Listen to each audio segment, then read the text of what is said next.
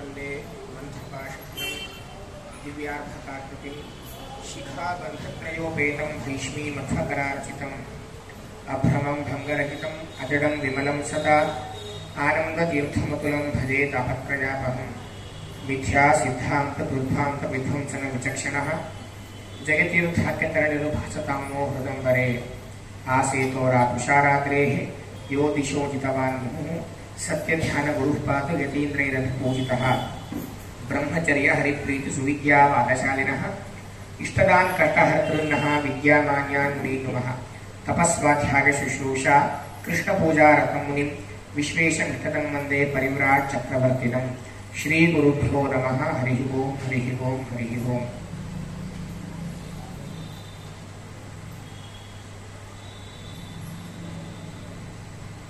ಮಧ್ಯನವಮಿ ಪರ್ವಕಾಲದ ಈ ಒಂದು ಸಂದರ್ಭದಲ್ಲಿ ಶ್ರೀಮದಾಚಾರ್ಯರ ಮೇಲಿನ ಭಕ್ತಿಯಿಂದ ನೀವೆಲ್ಲರೂ ಕೂಡ ಈ ಒಂದಿಷ್ಟು ದಿನಗಳವರೆಗೆ ಆಚಾರ್ಯರು ಅವರ ಸಿದ್ಧಾಂತ ಇವುಗಳನ್ನು ತಿಳಿದುಕೊಳ್ಬೇಕು ಅಂತ ಇಚ್ಛೆಯಿಂದ ಬಂದಿದ್ದೀರಿ. ಮೊದಲನೆಯದಾಗಿ ನಿಮಗೆಲ್ಲರಿಗೂ ಕೂಡ ತುಂಬು ಹೃದಯದ ಅಭಿನಂದನೆಗಳು.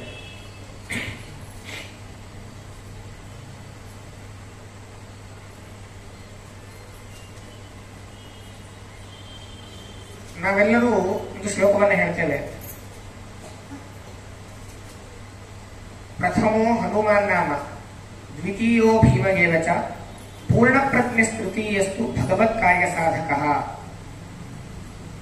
ಶ್ರೀಮದಾಚಾರ್ಯರ ಮಹಿಮೆ ಏನು, ಎಂತಹವರು ಆಚಾರ್ಯರು ಅಂತಂದ್ರೆ ಯಾರು ವಾಯುದೇವರಾಗಿದ್ದರು, ಯಾರು ಭೀಮಸೇನ ದೇವರಾಗಿದ್ದರು ಅಂತಹವರು ವಾಯುದೇವರಾಗಿ ಅವತಾರ ಮಾಡಿದ್ದಾರೆ. ಇದು ಆಚಾರ್ಯರ ಹಿನ್ನೆಲೆ. ಯಾರೋ ಅವತಾರ ಮಾಡಿದ್ದಲ್ಲ, ವಾಯುದೇವರು ಅವತಾರ ಮಾಡಿದ್ದು. ಜ್ಞಾನವನ್ನ ತಲುಪಿಸಬೇಕು, ಸಜ್ಜನರಿಗೆ ಉದ್ಧಾರದ ದಾರಿಯನ್ನು ತೋರಿಸಬೇಕು ಅಂತ ಹೇಳಿ ವಾಯುದೇವರು ಅವತಾರ ಮಾಡಿದ್ದಾರೆ. ಆದ್ದರಿಂದ ಯಾರೋ ಬಂದಂತಹ ದಾರ್ಶನಿಕರು ಅಂತ ಕೇವಲ ಭಾವಿಸೋದಲ್ಲ, ಆಚಾರ್ಯರ ಮೇಲೆ ಅಂತಹ ಶ್ರದ್ಧೆ ಇರಬೇಕು.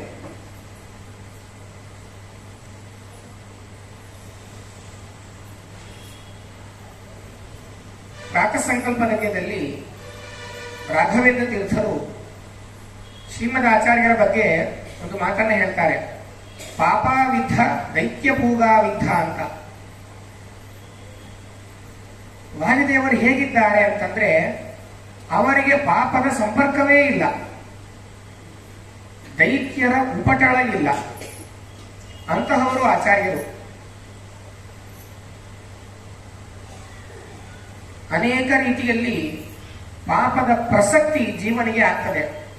ಆದರೆ ಯಾವ ವಿಧವಾದಂತಹ ದೋಷಕ್ಕೂ ಅವಕಾಶ ಇಲ್ಲದೆ ಇರುವಂತಹ ಶುದ್ಧವಾದ ವ್ಯಕ್ತಿತ್ವ ಅದು ವಾಯುದೇವರದ್ದು, ಶ್ರೀಮದ್ ಆಚಾರ್ಯರದ್ದು. ಪರಶುಕ್ಲತ್ರಯರು ಅಂತ ವಿಭಾಗ ಮಾಡೋದಿದೆ. ಅವರಿಗೆ ಯಾವ ವಿಧವಾದ ದೋಷದ ಸಂಪರ್ಕವೇ ಇಲ್ಲ, ಅಜ್ಞಾನಾದಿಗಳಿಲ್ಲ, ದೋಷಗಳಿಲ್ಲ, ಅನ್ಯಥಾ ಜ್ಞಾನ ಅಂತೂ ಬರುವುದೇ ಇಲ್ಲ. ಅಂತಹವರಲ್ಲಿ ಬರುವವರು ವಾಯುದೇವರು.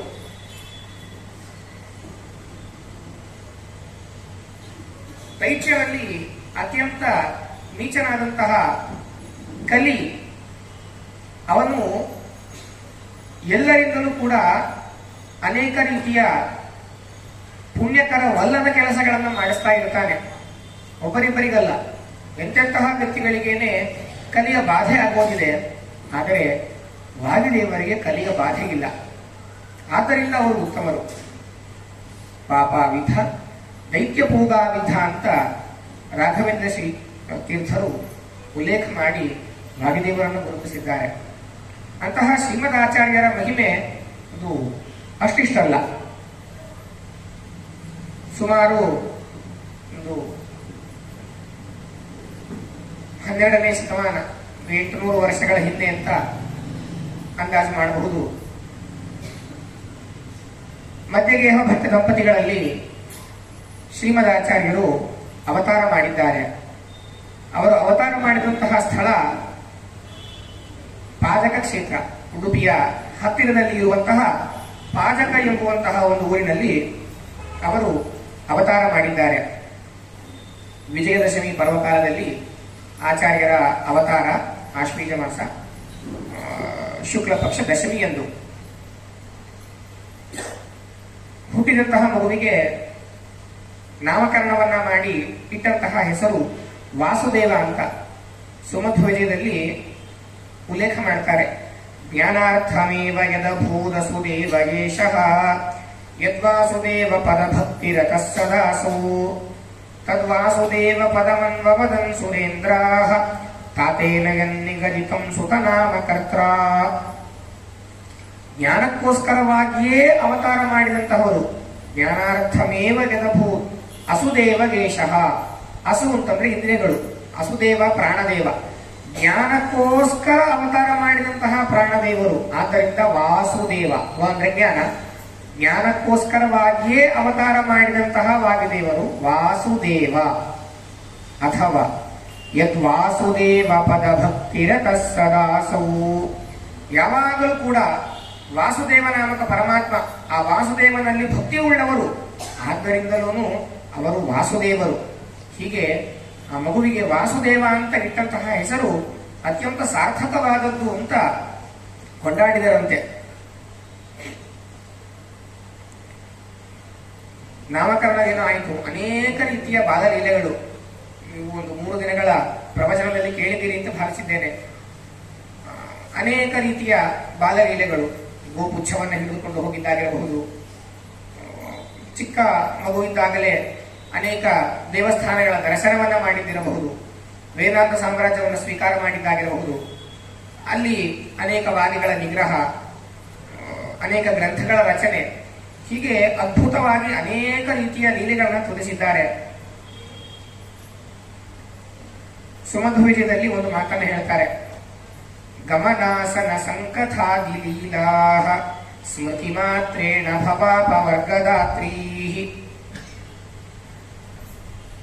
ಆಚಾರ್ಯರು ಪ್ರವಚನ ಮಾಡಿದರು, ಹೇಗೆ ವಿಷ್ಣುವನ್ನ ಸರ್ವೋತ್ತಮ ಅಂತ ತಿಳಿಯಬೇಕು ಅಂತ ಹೇಳಿದರು. ಇಂತಹವುಗಳು ಮಾತ್ರ ಉಲ್ಲೇಖನೀಯವಾದ ಘಟನೆಗಳು ಅಂತಲ್ಲ.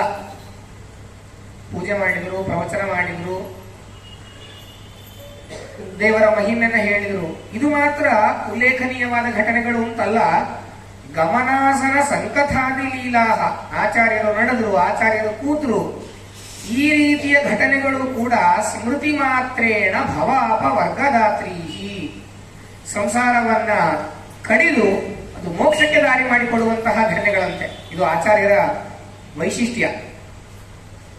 ಕೇವಲ ಮಾಡಿದಂತಹ ಕೆಲಸಗಳು ಅಂತಲ್ಲ, ಆಚಾರ್ಯರು ಸಂಚಾರ ಮಾಡಿದರು, ಕೂತರು ನಿಂತರು ಅಂತ ಹೇಳುವಂತಹ ಘಟನೆಗಳು ಕೂಡ ಉತ್ತಮವಾದಂತಹ ಗತಿಯನ್ನು ತಂದುಕೊಡುವಂತಹ ಸಾಮರ್ಥ್ಯವುಳ್ಳಂತಹ ಘಟನೆಗಳು ಅಂತ ಆದರೆ ಆ ಆಚಾರ್ಯರ ವ್ಯಕ್ತಿತ್ವ ಎಂತಹದ್ದು ಅಂತ ನಾವು ಆಲೋಚನೆ ಮಾಡಬೇಕು.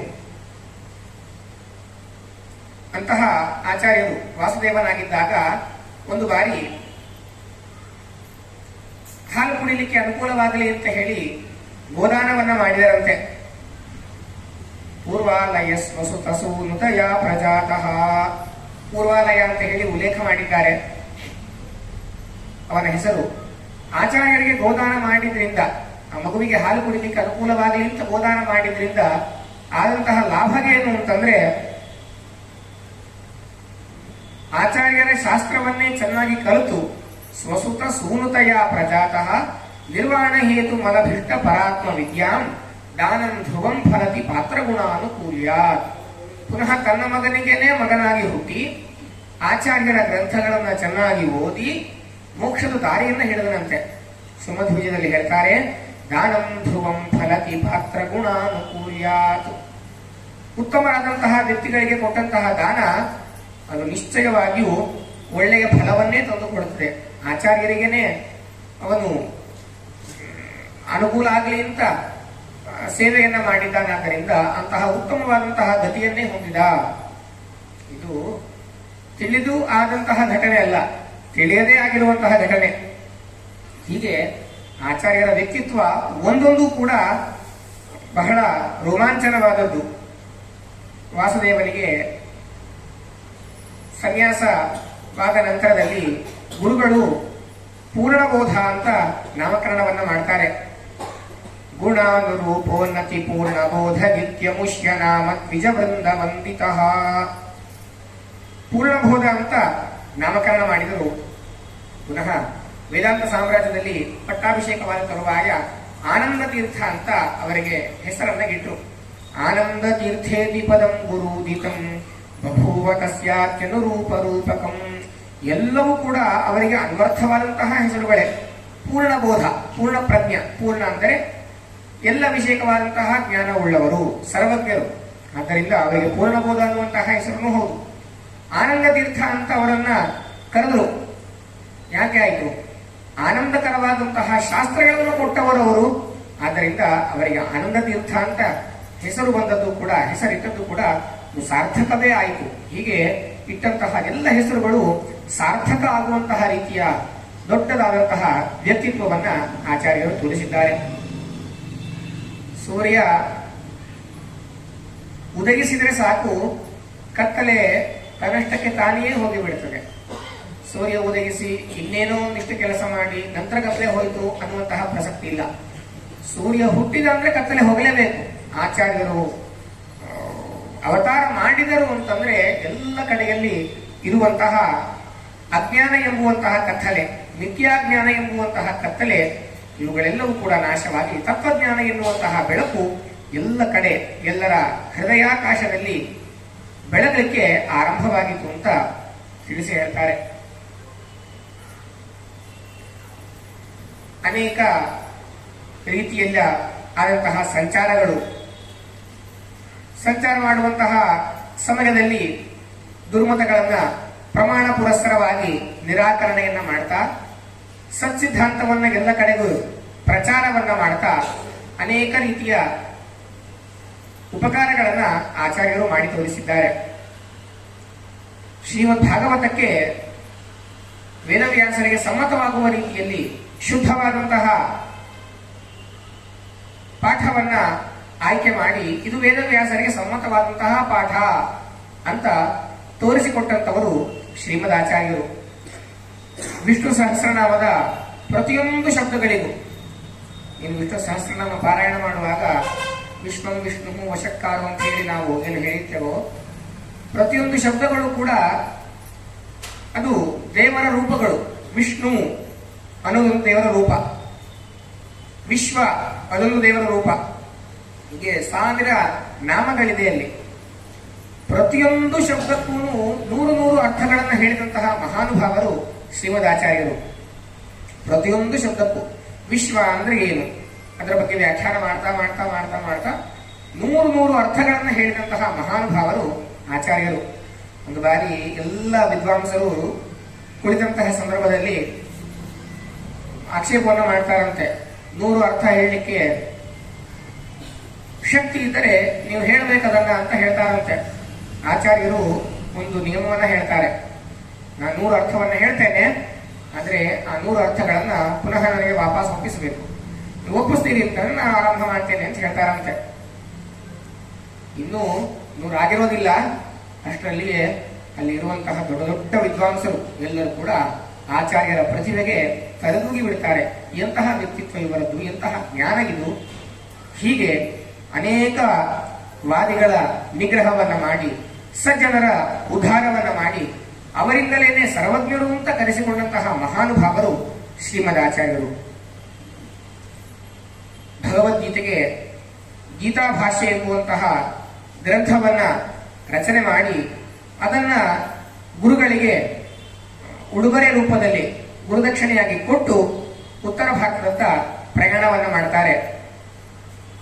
ನಾರಾಯಣ ದೇವರಿಗೆ ತಾವು ರಚನೆ ಮಾಡಿದಂತಹ ಗ್ರಂಥದ ಸಮರ್ಪಣೆಯನ್ನ ಮಾಡ್ತಾರೆ. ಸಮರ್ಪಣೆಯನ್ನ ಮಾಡಿದಾಗ ದೇವರಿಗೆ ಬಹಳ ಸಂತೋಷವಾಗ್ತದಂತೆ. ಎಂತಹ ಅಪೂರ್ವವಾದಂತಹ ಗ್ರಂಥವನ್ನ ರಚನೆ ಮಾಡಿದ್ದೀರಿ ಅಂತ ದೇವರು ಖುಷಿಪಟ್ಟು ಇನ್ನಷ್ಟು ಅದರ ಪ್ರವಚನ ಮಾಡಿ, ಇನ್ನಷ್ಟು ಅದರ ಪ್ರವಚನ ಮಾಡಿ ಅಂತ ಹೇಳ್ತಾರಂತೆ. ಈ ರೀತಿ ದೇವರು ಮೆಚ್ಚುವ ರೀತಿಯಲ್ಲಿ ಗ್ರಂಥಗಳಿಗೆ ವ್ಯಾಖ್ಯಾನವನ್ನು ಬರೆದಂತಹ ಮಹಾನುಭಾವರು ಶ್ರೀಮದಾಚಾರ್ಯರು. ಏನು ನಿಜವಾಗಿಯೂ ಸತ್ಸಿದ್ಧಾಂತ, ತಿಳಿದುಕೊಳ್ಳಲೇಬೇಕಾದ ತತ್ವಗಳು ಅಂತ ಯಾವುದಿದೆಯೋ ಎಲ್ಲದಕ್ಕೂ ಗ್ರಂಥಗಳನ್ನ ರಚನೆ ಮಾಡಿಕೊಟ್ಟು ತತ್ವದ ಜ್ಞಾನ ಎಲ್ಲರಿಗೂ ತಲುಪುವಂತೆ ಮಾಡಿದಂತಹ ಮಹಾನುಭಾವರು ಆಚಾರ್ಯರು. ಬದರಿಯಲ್ಲಿ ಕಾಷ್ಠಮೌನ ವ್ರತವನ್ನ ತಾವು ಆಚರಣೆ ಮಾಡ್ತಾರೆ. ಅಲ್ಲಿಗೆ ಉತ್ತರ ಬದರಿಗೆ ತೆರಳುವ ಮುನ್ನ ಎಲ್ಲ ಶಿಷ್ಯರಿಗೂ ಒಂದು ಮಾತನ್ನ ಹೇಳಿ ಸಂದೇಶವನ್ನ ಕೊಟ್ಟು ಹೋಗ್ತಾರೆ. ನೇದೃಶಂ ಸ್ಥಳಮಲಂ ಶಮಲಘ್ನಂ ನಾಸ್ಯ ತೀರ್ಥ ಸಲಿಲಸ್ಯ ಸಮಂವಾಹ ನಾಸ್ತಿ ವಿಷ್ಣು ಸದೃಶಂ ನನು ದೈವಂ ನಾಸ್ಮದುಕ್ತಿ ಸದೃಶಂ ಹಿತರೂಪಂ. ನಮ್ಮ ಮಾತುಗಳಿಗೆ ಸಮವಾದಂತಹ ಇನ್ನೊಂದು ಮಾತಿಲ್ಲ. ಈ ಗಂಗಾ ನದಿಗೆ ಪವಿತ್ರವಾಗುವಂತಹ ಮತ್ತೊಂದು ನದಿಗಿಲ್ಲ. ಈ ಪವಿತ್ರವಾದಂತಹ ಈ ಬದರಿ ಕ್ಷೇತ್ರಕ್ಕೆ ಸಮವಾದಂತಹ ಇನ್ನೊಂದು ಕ್ಷೇತ್ರಗಿಲ್ಲ. ಅದೇ ರೀತಿ ಸರ್ವೋತ್ತಮನಾದಂತಹ ನಾರಾಯಣ, ಇವನಿಗಿಂತಲೂ ಇನ್ನೊಬ್ಬ ದೇವರು, ಉತ್ತಮವಾದಂತಹ ದೇವರಿಲ್ಲ. ನೀವೆಲ್ಲರೂ ಕೂಡ ಇವರ ಆರಾಧನೆಯನ್ನ ಮಾಡಬೇಕು ಎಂಬುವಂತಹ ಸಂದೇಶವನ್ನ ಕೊಡ್ತಾರೆ. ದೇವರ ಆಜ್ಞೆಯಂತೆ ಅನೇಕ ರೀತಿಯ ಗ್ರಂಥಗಳನ್ನೆಲ್ಲ ರಚನೆ ಮಾಡಿ ಪುನಃ ತಾವು ವಾಪಸ್ಸು ಉಡುಪಿ ಕ್ಷೇತ್ರಕ್ಕೆ ಬಂದಾಗ ಅಲ್ಲಿ ಅನೇಕ ಯತಿಗಳಿಗೆ ಸನ್ಯಾಸವನ್ನ ಕೊಡ್ತಾರೆ. ಪದ್ಮನಾಭ ತೀರ್ಥರಾಗಿರಬಹುದು, ಋಷಿಕೇಶ ತೀರ್ಥರು, ನರಸಿಂಹ ತೀರ್ಥರು, ಜನಾರ್ದನ ತೀರ್ಥರು, ಹೀಗೆ ಅನೇಕ ಜನರಿಗೆ ಆಶ್ರಮವನ್ನು ಕೊಡ್ತಾರೆ. ಅನೇಕ ಜನ ಶಿಷ್ಯರಿದ್ದರು, ಅವರಿಗೆ ಸನ್ಯಾಸಿಗಳಿದ್ದರು, ಗೃಹಸ್ಥರಿದ್ದರು, ಅನೇಕ ರೀತಿಯ ಶಿಷ್ಯರು. ಹೀಗೆ ಎಲ್ಲರಿಗೂ ದಾರಿಯನ್ನು ತೋರಿಸಿದಂತಹ ಮಹಾನುಭಾವರು. ಅವರಿಗೆ ಯಾವ ಶಾಸ್ತ್ರ ಗೊತ್ತಿಲ್ಲ ಅಂತಿಲ್ಲ, ಎಲ್ಲ ಶಾಸ್ತ್ರಗಳು ಚೆನ್ನಾಗಿ ಗೊತ್ತಿದೆ. ವೇದಾಂತ, ವ್ಯಾಕರಣ, ಮೀಮಾಂಸಾ, ಇತಿಹಾಸ, ಪುರಾಣ, ಸಂಗೀತ. ಒಂದು ಕಡೆಯಲ್ಲಿ ಸಂಗೀತವನ್ನ ತಾವು ಹಾಡ್ತಾರೆ ಅಂತ ಉಲ್ಲೇಖ ಮಾಡಿದ್ದಾರೆ ಸಮಧ್ವಜಯದಲ್ಲಿ. ಜ್ಯೋತಿಷ್ಯ, ಶಿಲ್ಪಕಲೆ ಎಲ್ಲವನ್ನ ಚೆನ್ನಾಗಿ ಬಲ್ಲಂತಹ ವ್ಯಕ್ತಿತ್ವ. ಕರತಲೇ ಖಲು ಕಂದುಕ ವತ್ಸದ ಸಕಲಯ ಕಲಯ ಸಹ ವಿದ್ಯೆಯ ಸಮಧ್ವಜಯದಲ್ಲಿ ಉಲ್ಲೇಖ ಮಾಡ್ತಾರೆ. ಕೈಯಲ್ಲೇ ಎಲ್ಲ ವಿದ್ಯೆಗಳನ್ನ ಕರಗತ ಮಾಡಿಕೊಂಡಂತಹ ಮಹಾನುಭಾವರು ಆಚಾರ್ಯರು. ಅವರ ಒಂದೊಂದು ಗ್ರಂಥಗಳು ಕೂಡ ಅದು ಅಪೂರ್ವವಾದದ್ದು. ರೂಪಮನ್ಯ ದಿವಧನ್ಯಮಾತ್ಮನಃ, ತಮ್ಮದೇ ಇನ್ನೊಂದು ಪ್ರತಿಮೆಗಿದ್ದ ಹಾಗೆ, ತಮ್ಮದೇ ಇನ್ನೊಂದು ಪ್ರತೀಕಗಿದ್ದಂತೆ ಅವರು ಗ್ರಂಥಗಳನ್ನ ರಚನೆ ಮಾಡಿಕೊಟ್ಟಿದ್ದಾರೆ. ಭಗವದ್ಗೀತೆಗೆ 2 ಗ್ರಂಥಗಳನ್ನು ರಚನೆ ಮಾಡಿದ್ದಾರೆ. ಗೀತಾ ಭಾಷ್ಯ, ಗೀತಾ ತಾತ್ಪರ್ಯ. 2 ಗ್ರಂಥಗಳನ್ನ ರಚನೆ ಮಾಡಿಕೊಟ್ಟು ಗೀತೆಯ ನಿಜವಾದ ಆಂತರ್ಯ ಏನು, ಕೃಷ್ಣ ಪರಮಾತ್ಮನ ನಿಜವಾದ ಸಂದೇಶ ಏನು ಎಂಬುದನ್ನ ಜಗತ್ತಿಗೆ ತೋರಿಸಿಕೊಟ್ಟಂತಹ ಮಹಾನುಭಾವರು. ಅನೇಕ ದಾರ್ಶನಿಕರ ವ್ಯಾಖ್ಯಾನ ಇದೆ. ಗೀತಾ ಭಗವದ್ಗೀತೆಗೆ ಸಂಬಂಧಪಟ್ಟ ಹಾಗೆ ಅನೇಕ ಜನರು ವ್ಯಾಖ್ಯಾನವನ್ನ ಮಾಡಿದ್ದಾರೆ. ಆದರೆ ಅನೇಕ ಮಂದಿಯ ವ್ಯಾಖ್ಯಾನಗಳನ್ನೆಲ್ಲ ನೋಡುವಾಗ ಅದು ಸರಿಯಾದ ವ್ಯಾಖ್ಯಾನ ಅಂತ ಗೊತ್ತಾಗೋದಿಲ್ಲ. ಹಿಂದೆ ಹೇಳಿದಂತಹ ವಿಚಾರಕ್ಕೂ ಮುಂದೆ ಹೇಳುವಂತಹ ವಿಚಾರಕ್ಕೂ ಯಾವುದೇ ಸಂಬಂಧಗಳಿರೋದಿಲ್ಲ. ಶೋಭನ ಭಟ್ಟರು ಅದನ್ನೇ ಹೇಳ್ತಾರೆ. ಆಗಿನ ಕಾಲದಲ್ಲಿ ಆಚಾರ್ಯರ ತತ್ವ, ಆಚಾರ್ಯರ ಗ್ರಂಥಗಳು ಬೆಳಕಿಗೆ ಬರುವ ಮೊದಲು ಆಗ ಇರುವಂತಹ ಎಲ್ಲ ಗ್ರಂಥಗಳನ್ನ ವಿಮರ್ಶೆ ಮಾಡಿ ನೋಡಿದರೆ ಪೂರ್ವಾಪರಿಗಳಿರೋದೇ ಇಲ್ಲ. ಹಿಂದೆ ಏನೋ ಒಂದು ವಿಚಾರ ಹೇಳಿರ್ತಾರೆ, ಮುಂದೆ ಅದಕ್ಕೆ ವಿರುದ್ಧವಾಗಿ ಇನ್ನೊಂದು ಅಭಿಪ್ರಾಯವನ್ನೇ ಮಂಡಿಸುವಂತಹ ಮಾತುಗಳು.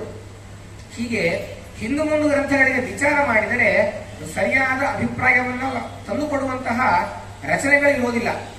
ಆದರೂ ಕೂಡ ಆ ಕಾಲಕ್ಕೆ ತಕ್ಕ ಹಾಗೆ ಎಲ್ಲರೂ ಅದನ್ನೇ ಓದ್ತಿರ್ತಾರಂತೆ. ಆದರೆ ಯಾವಾಗ ಆಚಾರ್ಯರ ಗ್ರಂಥಗಳು ಅಂತ ಬಂತೋ ಎಲ್ಲರೂ ಅದಕ್ಕೆ ಮನಸ್ಸೋತು ಇದು ನಿಜವಾದ ಸಿದ್ಧಾಂತ ಅಂತ ಒಪ್ಪಿಕೊಂಡಂತಹಷ್ಟು ನಿರ್ದುಷ್ಟವಾದಂತಹ ಸಿದ್ಧಾಂತ ಅದು ಆಚಾರ್ಯರ ಸಿದ್ಧಾಂತ. ಗೀತೆಗೆ ಸಂಬಂಧಪಟ್ಟ ಹಾಗೆ ಗ್ರಂಥವನ್ನು ರಚನೆ ಮಾಡಿದ್ದಾರೆ. ಉಪನಿಷತ್ತುಗಳ ಆಂತರ್ಯ ಏನು ಅದನ್ನು ತಿಳಿದುಕೊಳ್ಳಬೇಕು ಎನ್ನುವಂತಹ ಜಿಜ್ಞಾಸುಗಳಿಗೆ ಅನುಕೂಲವಾಗಲಿ ಎನ್ನುವ ಕಾರಣಕ್ಕೋಸ್ಕರವಾಗಿ 10 ಉಪನಿಷತ್ತುಗಳಿಗೆ ತಾವು ವ್ಯಾಖ್ಯಾನವನ್ನು ರಚನೆ ಮಾಡಿದ್ದಾರೆ. ದಶೋಪನಿಷತ್ತುಗಳು ಎಲ್ಲದಕ್ಕೂ ಆಚಾರ್ಯರ ವ್ಯಾಖ್ಯಾನಗಳಿದೆ. ಅದೇ ರೀತಿಯಾಗಿ ಭಾಗವತ, ಇದರ ನಿಜವಾದ ಅಭಿಪ್ರಾಯ ಏನು ಅದು ಗೊತ್ತಾಗಬೇಕು ಅಂತ ಹೇಳಿ ಭಾಗವತ ತಾತ್ಪರ್ಯ ಎಂಬುವಂತಹ ಗ್ರಂಥವನ್ನು ರಚನೆ ಮಾಡಿದ್ದಾರೆ. ಮಹಾಭಾರತದ ಅಭಿಪ್ರಾಯ ಏನು? 1 ಶ್ಲೋಕಾತ್ಮಕವಾದಂತಹ ಮಹಾಭಾರತ, ಅದರಲ್ಲಿಯೂ ಕೂಡ ಹಾಗೆ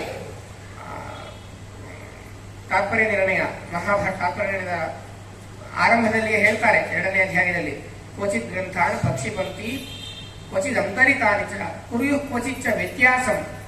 ಕೆಲವು ಶ್ಲೋಕಗಳನ್ನು ಸೇರಿಸಿ ಬಿಟ್ಟಿದ್ದಾರಂತೆ ಮಹಾಭಾರತದಲ್ಲಿ. ಶ್ಲೋಕ ರಚನೆ ಮಾಡಲಿಕ್ಕೆ ಬರುವಂತಹ ವ್ಯಕ್ತಿಗಳು ಕೆಲವೊಂದಿಷ್ಟು ಶ್ಲೋಕಗಳನ್ನು ಸೇರಿಸಿ ಬಿಟ್ಟಿದ್ದಾರಂತೆ, ಕೆಲವೊಂದಿಷ್ಟು ಶ್ಲೋಕಗಳನ್ನು ತೆಗೆದು ಬಿಟ್ಟಿದ್ದಾರಂತೆ. ಆದರೆ ನಿಜವಾದ ಅಭಿಪ್ರಾಯ ಏನು ಅಂತ ಗೊತ್ತೇ ಆಗೋದಿಲ್ಲ. ಅದಕ್ಕೋಸ್ಕರವಾಗಿ ಆಚಾರ್ಯರು ಮಹಾಭಾರತ ತಾತ್ಪರ್ಯ ನಿರ್ಣಯ ಎನ್ನುವಂತಹ ಗ್ರಂಥವನ್ನು ರಚನೆ ಮಾಡಿಕೊಟ್ಟು ಸಜ್ಜನರಿಗೆ ಉಪಕಾರವನ್ನು ಮಾಡಿದ್ದಾರೆ. ಮಹಾಭಾರತಕ್ಕೊಂದು ಗ್ರಂಥ, ಭಾಗವತಕ್ಕೊಂದು ಗ್ರಂಥ, ಯಮಕ ಭಾರತ ಅಂತ ಮತ್ತೊಂದು ಗ್ರಂಥವನ್ನ ರಚನೆ ಮಾಡಿದ್ದಾರೆ. ಶಾಸ್ತ್ರಗಳ ಅಭಿಪ್ರಾಯ ಏನು ಅಂತ ತಿಳಿಯುವಂತಹ ಜಿಜ್ಞಾಸುಗಳಿಗೆ ಆರಂಭದ ಮೆಟ್ಟಿಲುಗಳು ಅನ್ನುವಂತೆ 10 ಪ್ರಕರಣಗಳನ್ನು ರಚನೆ ಮಾಡಿದ್ದಾರೆ. ಪ್ರಕರಣ ಗ್ರಂಥಗಳು ಅಂತ ಕರೀತಾರೆ. ಮಾಯಾವಾದ ಖಂಡನ, ತತ್ವೋದ್ಯೋತ ಮೊದಲಾದಂತಹ ಗ್ರಂಥಗಳು 10 ಗ್ರಂಥಗಳನ್ನು ರಚನೆ ಮಾಡಿಕೊಟ್ಟಿದ್ದಾರೆ. ಅದೇ ರೀತಿಯಾಗಿ ವೇದವ್ಯಾಸರ ಸೂತ್ರಗಳು ಅಂತ ಏನಿದೆಯೋ ಬ್ರಹ್ಮಸೂತ್ರಗಳು, ಬ್ರಹ್ಮಸೂತ್ರಗಳಿಗೆ ಸಂಬಂಧಪಟ್ಟ ಹಾಗೆ ಆಚಾರ್ಯರು 4 ಗ್ರಂಥಗಳನ್ನು ರಚನೆ ಮಾಡಿದ್ದಾರೆ. ಬ್ರಹ್ಮಸೂತ್ರ ಭಾಷ್ಯ, ಅನುವ್ಯಾಖ್ಯಾನ, ಅಣುಭಾಷ್ಯ, ನ್ಯಾಯ ವಿವರಣ ಅನ್ನುವಂತಹ 4 ಗ್ರಂಥಗಳು ಕೇವಲ ಬ್ರಹ್ಮಸೂತ್ರಗಳಿಗೆ ರಚನೆ ಮಾಡಿದ್ದಾರೆ. ಅನೇಕ ರೀತಿಯ ವಿಮರ್ಶೆಗೆ ದಾರಿಯಾಗಬೇಕು. ಯಾವ ಜಿಜ್ಞಾಸುಗಳಿಗೂ ಜ್ಞಾನದ ಕೊರತೆ ಉಂಟಾಗಬಾರದು. ಈ ಒಂದೇ ಒಂದು ಕಳಕಳಿಯಿಂದ ಅನೇಕ ರೀತಿಯ ಗ್ರಂಥಗಳನ್ನು ರಚನೆ ಮಾಡಿದ್ದಾರೆ. ಏನು ಅನುವ್ಯಾಖ್ಯಾನ ಅಂತ ಆಚಾರ್ಯರು ರಚನೆ ಮಾಡಿದ್ದಾರೋ ಅದಕ್ಕೆ ಜಯತೀರ್ಥರು ನ್ಯಾಯಸುಧ ಎನ್ನುವಂತಹ ಗ್ರಂಥವನ್ನು ರಚನೆ ಮಾಡಿದ್ದಾರೆ. ಬ್ರಹ್ಮಸೂತ್ರಗಳು, ಅವುಗಳಿಗೆ ಅನುವ್ಯಾಖ್ಯಾನ ಎಂಬುವಂತಹ ಭಾಷ್ಯ ಶ್ರೀಮದ್ ಆಚಾರ್ಯರು ರಚನೆ ಮಾಡಿದ್ದು, ಅದಕ್ಕೊಂದು ಟಿಪ್ಪಣಿ, ಅದು ನ್ಯಾಯಸುಧಾ ಗ್ರಂಥ. ಅದಕ್ಕೆ ಅನೇಕ ಜನ ಯತಿಗಳ ಪುನಃ ಟಿಪ್ಪಣಿ ಟೀಕೆಗಳಿಗಿದೆ. ರಾಘವೇಂದ್ರ ಶ್ರೀಪಾದರು, ವೇದೇಶಿ ತೀರ್ಥರು, ಹೀಗೆ ಅನೇಕ ಜನ ಮಹನೀಯರು ಅದಕ್ಕೆ ವ್ಯಾಖ್ಯಾನವನ್ನು ಮಾಡಿದ್ದಾರೆ. ನಾವೇನು ಇವತ್ತು ಸುಧಾಮಂಗಳ ಅಂತ ನೋಡ್ತೇವೋ, ಆಚಾರ್ಯರು ಮಾಡಿದಂತಹ ಅನುವ್ಯಾಖ್ಯಾನ ಎನ್ನುವಂತಹ ಗ್ರಂಥಕ್ಕೆ ಜಯತೀರ್ಥರು ಮಾಡಿದಂತಹ ವ್ಯಾಖ್ಯಾನ. ಒಂದು ಗ್ರಂಥಕ್ಕೆ ಅಷ್ಟು ವೈಭವದಿಂದ ನಾವು ಉತ್ಸವವನ್ನು ಮಾಡ್ತೇವೆ ಅಂತ ಹೇಳಿದ್ರೆ ಆ ಗ್ರಂಥ ಎಷ್ಟು ಮೌಲ್ಯವಾದದ್ದು ಅಂತ ನಾವು ಆಲೋಚನೆ ಮಾಡಬೇಕು. ಅದನ್ನ ರಚನೆ ಮಾಡಿದ್ದು, ಅನುವ್ಯಾಖ್ಯಾನವನ್ನು ರಚನೆ ಮಾಡಿದ್ದು ಆಚಾರ್ಯರು. ಅದೇ ರೀತಿ ವೇದ ಮಂತ್ರಗಳ ಅಭಿಪ್ರಾಯವನ್ನು ತಿಳಿದುಕೊಳ್ಳಬೇಕು ಅನ್ನುವುದಕ್ಕೋಸ್ಕರವಾಗಿ ಋಗ್ಭಾಷೆ ಎಂಬುವಂತಹ ಗ್ರಂಥವನ್ನು ರಚನೆ ಮಾಡಿದ್ದಾರೆ. ಅದರಲ್ಲಿ ವಸ್ತುತಃ ಆಚಾರ್ಯರು 40 ಸೂಕ್ತಗಳಿಗೆ ಮಾತ್ರ ವ್ಯಾಖ್ಯಾನವನ್ನು ಮಾಡಿದ್ದಾರೆ. ಆದರೆ ಆಚಾರ್ಯರು ಮಾಡಿದಂತಹ 40 ಸೂಕ್ತಗಳ ವ್ಯಾಖ್ಯಾನ ಹೇಗಿದೆ ಅಂತಂದ್ರೆ ಅದೆಲ್ಲ ಮಂತ್ರಗಳ ಅಭಿಪ್ರಾಯ ಏನು ಎಂಬುದನ್ನು ಚೆನ್ನಾಗಿ ತಿಳಿಸಿಕೊಡುವಂತಾಗ್ತದೆ. ಹೆಚ್ಚಾಗಬೇಕು ಅಂತಿಲ್ಲ, ಔಷಧಿ ಎಷ್ಟು ತಗೊಂತೇಳಿಲ್ಲ, ಅದು ಊಟ ಮಾಡಿದಷ್ಟು ಔಷಧಿ ತಗೊಳ್ಳಿಕ್ಕೆ ಆಗೋದಿಲ್ಲ, ಔಷಧಿ ಇಷ್ಟೇ ತಗೊಳ್ಳೋದು. ಆದರೆ ಅದು ಅಷ್ಟು ಕೆಲಸ ಮಾಡುತ್ತದು. ಆಚಾರ್ಯರ ಮಾತುಗಳು ಹಾಗೆ. ಆಚಾರ್ಯರ ಗ್ರಂಥಗಳನ್ನು ನೋಡಿದರೆ ಅದರಲ್ಲಿ ಸ್ವಂತ ಮಾತು ಬಹಳ ಕಮ್ಮಿ.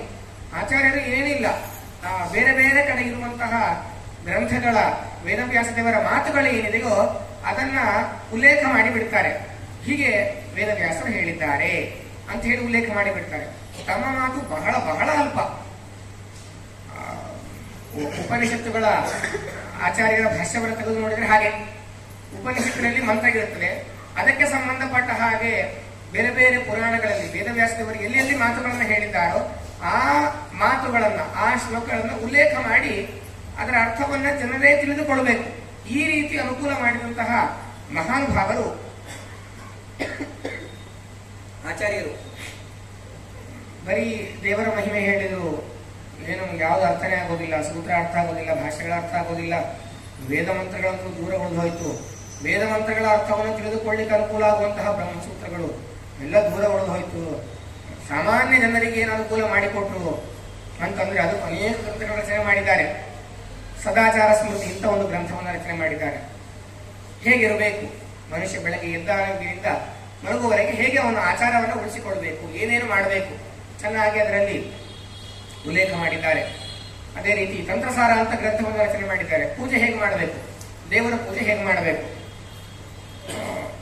ಅದೇ ರೀತಿ ಕೃಷ್ಣಾಮೃತ ಮಹಾರಾಣವ ಎನ್ನುವಂತಹ ಗ್ರಂಥ, ಅದರಲ್ಲಿ ಕೂಡ ಅನೇಕ ವಿಷಯಗಳು. ದೀಕ್ಷೆ ಹೇಗಿರಬೇಕು, ಏಕಾದಶಿಯ ವೈಶಿಷ್ಟ್ಯ ಏನು, ಈ ರೀತಿಯ ಗ್ರಂಥಗಳನ್ನು ರಚನೆ ಮಾಡಲಿಕ್ಕೆ ಅನೇಕ ರೀತಿಯ ಗ್ರಂಥಗಳು. ಜಯಂತಿ ನಿರ್ಣಯ, ತಂತ್ರಸಾರ, ಕೃಷ್ಣಾಮೃತ ಮಹಾರಾಣವ, ಹೀಗೆ ಅನೇಕ ಗ್ರಂಥಗಳು. ಆಚಾರ್ಯರ ಕಳಕಳಿ ಎಷ್ಟು ಅಂತ ನೋಡಿಕೊಳ್ಳಿ. ಯಾವುದೇ ಮನುಷ್ಯ ದೊಡ್ಡ ಸ್ಥಾನಕ್ಕೆ ಹೋಗಿಬಿಟ್ರೆ ಆ ಸ್ಥಾನವನ್ನು ಬಿಟ್ಟು ಬೇರೆ ಕೆಲಸಗಳೆಲ್ಲ ಬಹಳ ಸಣ್ಣದಾಗಿ ಬಿಡ್ತದೆ. ಬೇರೆ ಕೆಲಸಗಳು ಬಹಳ ಸಣ್ಣದು ಅಂತ ಅನಿಸ್ತದೆ. ಡಿಗ್ರಿ ಕಾಲೇಜಿಗೆ ಪಾಠ ಮಾಡುವಂತಹ ಅಧ್ಯಾಪಕರಿಗೆ 1ನೇ ಕ್ಲಾಸ್ 2ನೇ ಕ್ಲಾಸ್ ಮಗು ಬಂದು ಒಂದು ಸಣ್ಣದು ಒಂಚೂರು ಲೆಕ್ಕ ಹೇಳ್ಕೊಡ್ರಿ ಅಂತ ಕೇಳಿದಾಗ, ನನಗೆ ಕೇಳ್ತೇನೆ ನೀನು ಅಂತಂದು ಬಿಡ್ತಾರೆ. ಈ ಸಣ್ಣ ನಾನು ಹೇಳಬೇಕಾ ಅನ್ನುವಂತಹ ಭಾವನೆ. ಆಚಾರ್ಯರ ವ್ಯಕ್ತಿತ್ವ ಎಂತಾದ್ ನೋಡ್ರಿ. ಸಣ್ಣ ಸಣ್ಣ ಗ್ರಂಥಗಳನ್ನ ರಚನೆ ಮಾಡಿಕೊಟ್ಟಿದ್ದಾರೆ.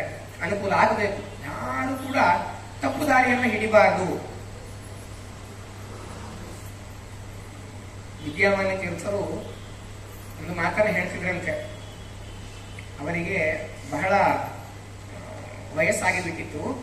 ವಯಸ್ಸಾದಾಗ ಅವರು ಪಾಠ ಮಾಡ್ತಾ ಇದ್ರು. ಮೊದಲಿಂದಲೂ ಪಾಠ ಮಾಡ್ತಿದ್ರು. ಕೊನೆಯ ಸಮಯದಲ್ಲಿ ಕೂಡ ಅದನ್ನು ಹಾಗೆ ಉಳಿಸಿಕೊಂಡಿದ್ರು, ಪಾಠ ಮಾಡ್ತಾ ಇದ್ರು. ಬೆಂಗಳೂರು ನಗರದಲ್ಲಿದ್ದಾಗ ಪಾಠ ಮಾಡಲಿಕ್ಕೆ ಅಂತ ಹೇಳಿ ಅವರು ಸ್ವತಃ ಶಿಷ್ಯರಿದ್ದಂತಹ ಸ್ಥಳಕ್ಕೆ ಬಂದು ಪಾಠ ಮಾಡಿ ಪುನಃ ತಮ್ಮ ಇರುವಂತಹ ಜಾಗಕ್ಕೆ ಹೋಗ್ತಾ ಇದ್ರಂತೆ. ಅವರು ಆ ತರ ಬಂದು ಪಾಠ ಮಾಡಿ ಹೋಗೋದನ್ನೆಲ್ಲ ಗಮನಿಸಿ ಅನೇಕ ಜನ ವಿದ್ವಾಂಸರು ಅವ್ರ ಹತ್ರ ಮಾತಾಡಿದ್ರಂತೆ. ಅಲ್ಲ, ನೀವು ಬಂದು ಪಾಠ ಮಾಡೋದು ಅಂದ್ರೆ ಏನು? ನೀವು ವಿದ್ಯೆಯಲ್ಲಿರಬೇಕು, ಚೆನ್ನಾಗಿ ತಿಳಿದಂತಹ ಪಂಡಿತರು ನಿಮ್ಮ ಹತ್ರ ಪಾಠಕ್ಕೆ ಬರಬೇಕು. ಏನು ಗೊತ್ತಿಲ್ಲದಿರೋರು ಬರೋದಲ್ಲ. ಯಾಕಂದ್ರೆ ನೀವಂತಹ ದೊಡ್ಡ ಜ್ಞಾನಿಗಳು, ಚೆನ್ನಾಗಿ ತಿಳಿದವರು ನಿಮ್ಮ ಹತ್ರ ಬಂದು ಪಾಠ ಮಾಡಬೇಕು. ನೀವೇ ಬಂದು ಹೋಗ್ಬೋದು ಅಂತಂದ್ರೆ ಏನಿದು? ಅವಾಗ ವಿದ್ಯಾವಂತರು ಹೇಳಿದ್ರಂತೆ, ಹೌದು ಹೌದು ಹೌದು, ಅವರೇ ಬಂದು ಹೋಗ್ಬೇಕು. ನಾವು ಬಹಳ ಕಲ್ತು ಬಿಟ್ಟಿದ್ದೇವಲ್ವಾ, ನಾವು ಇಲ್ಲಿಂದ ಬಂದು ಹೋಗೋದು ಎಷ್ಟು ದೊಡ್ಡ ವಿಷಯ.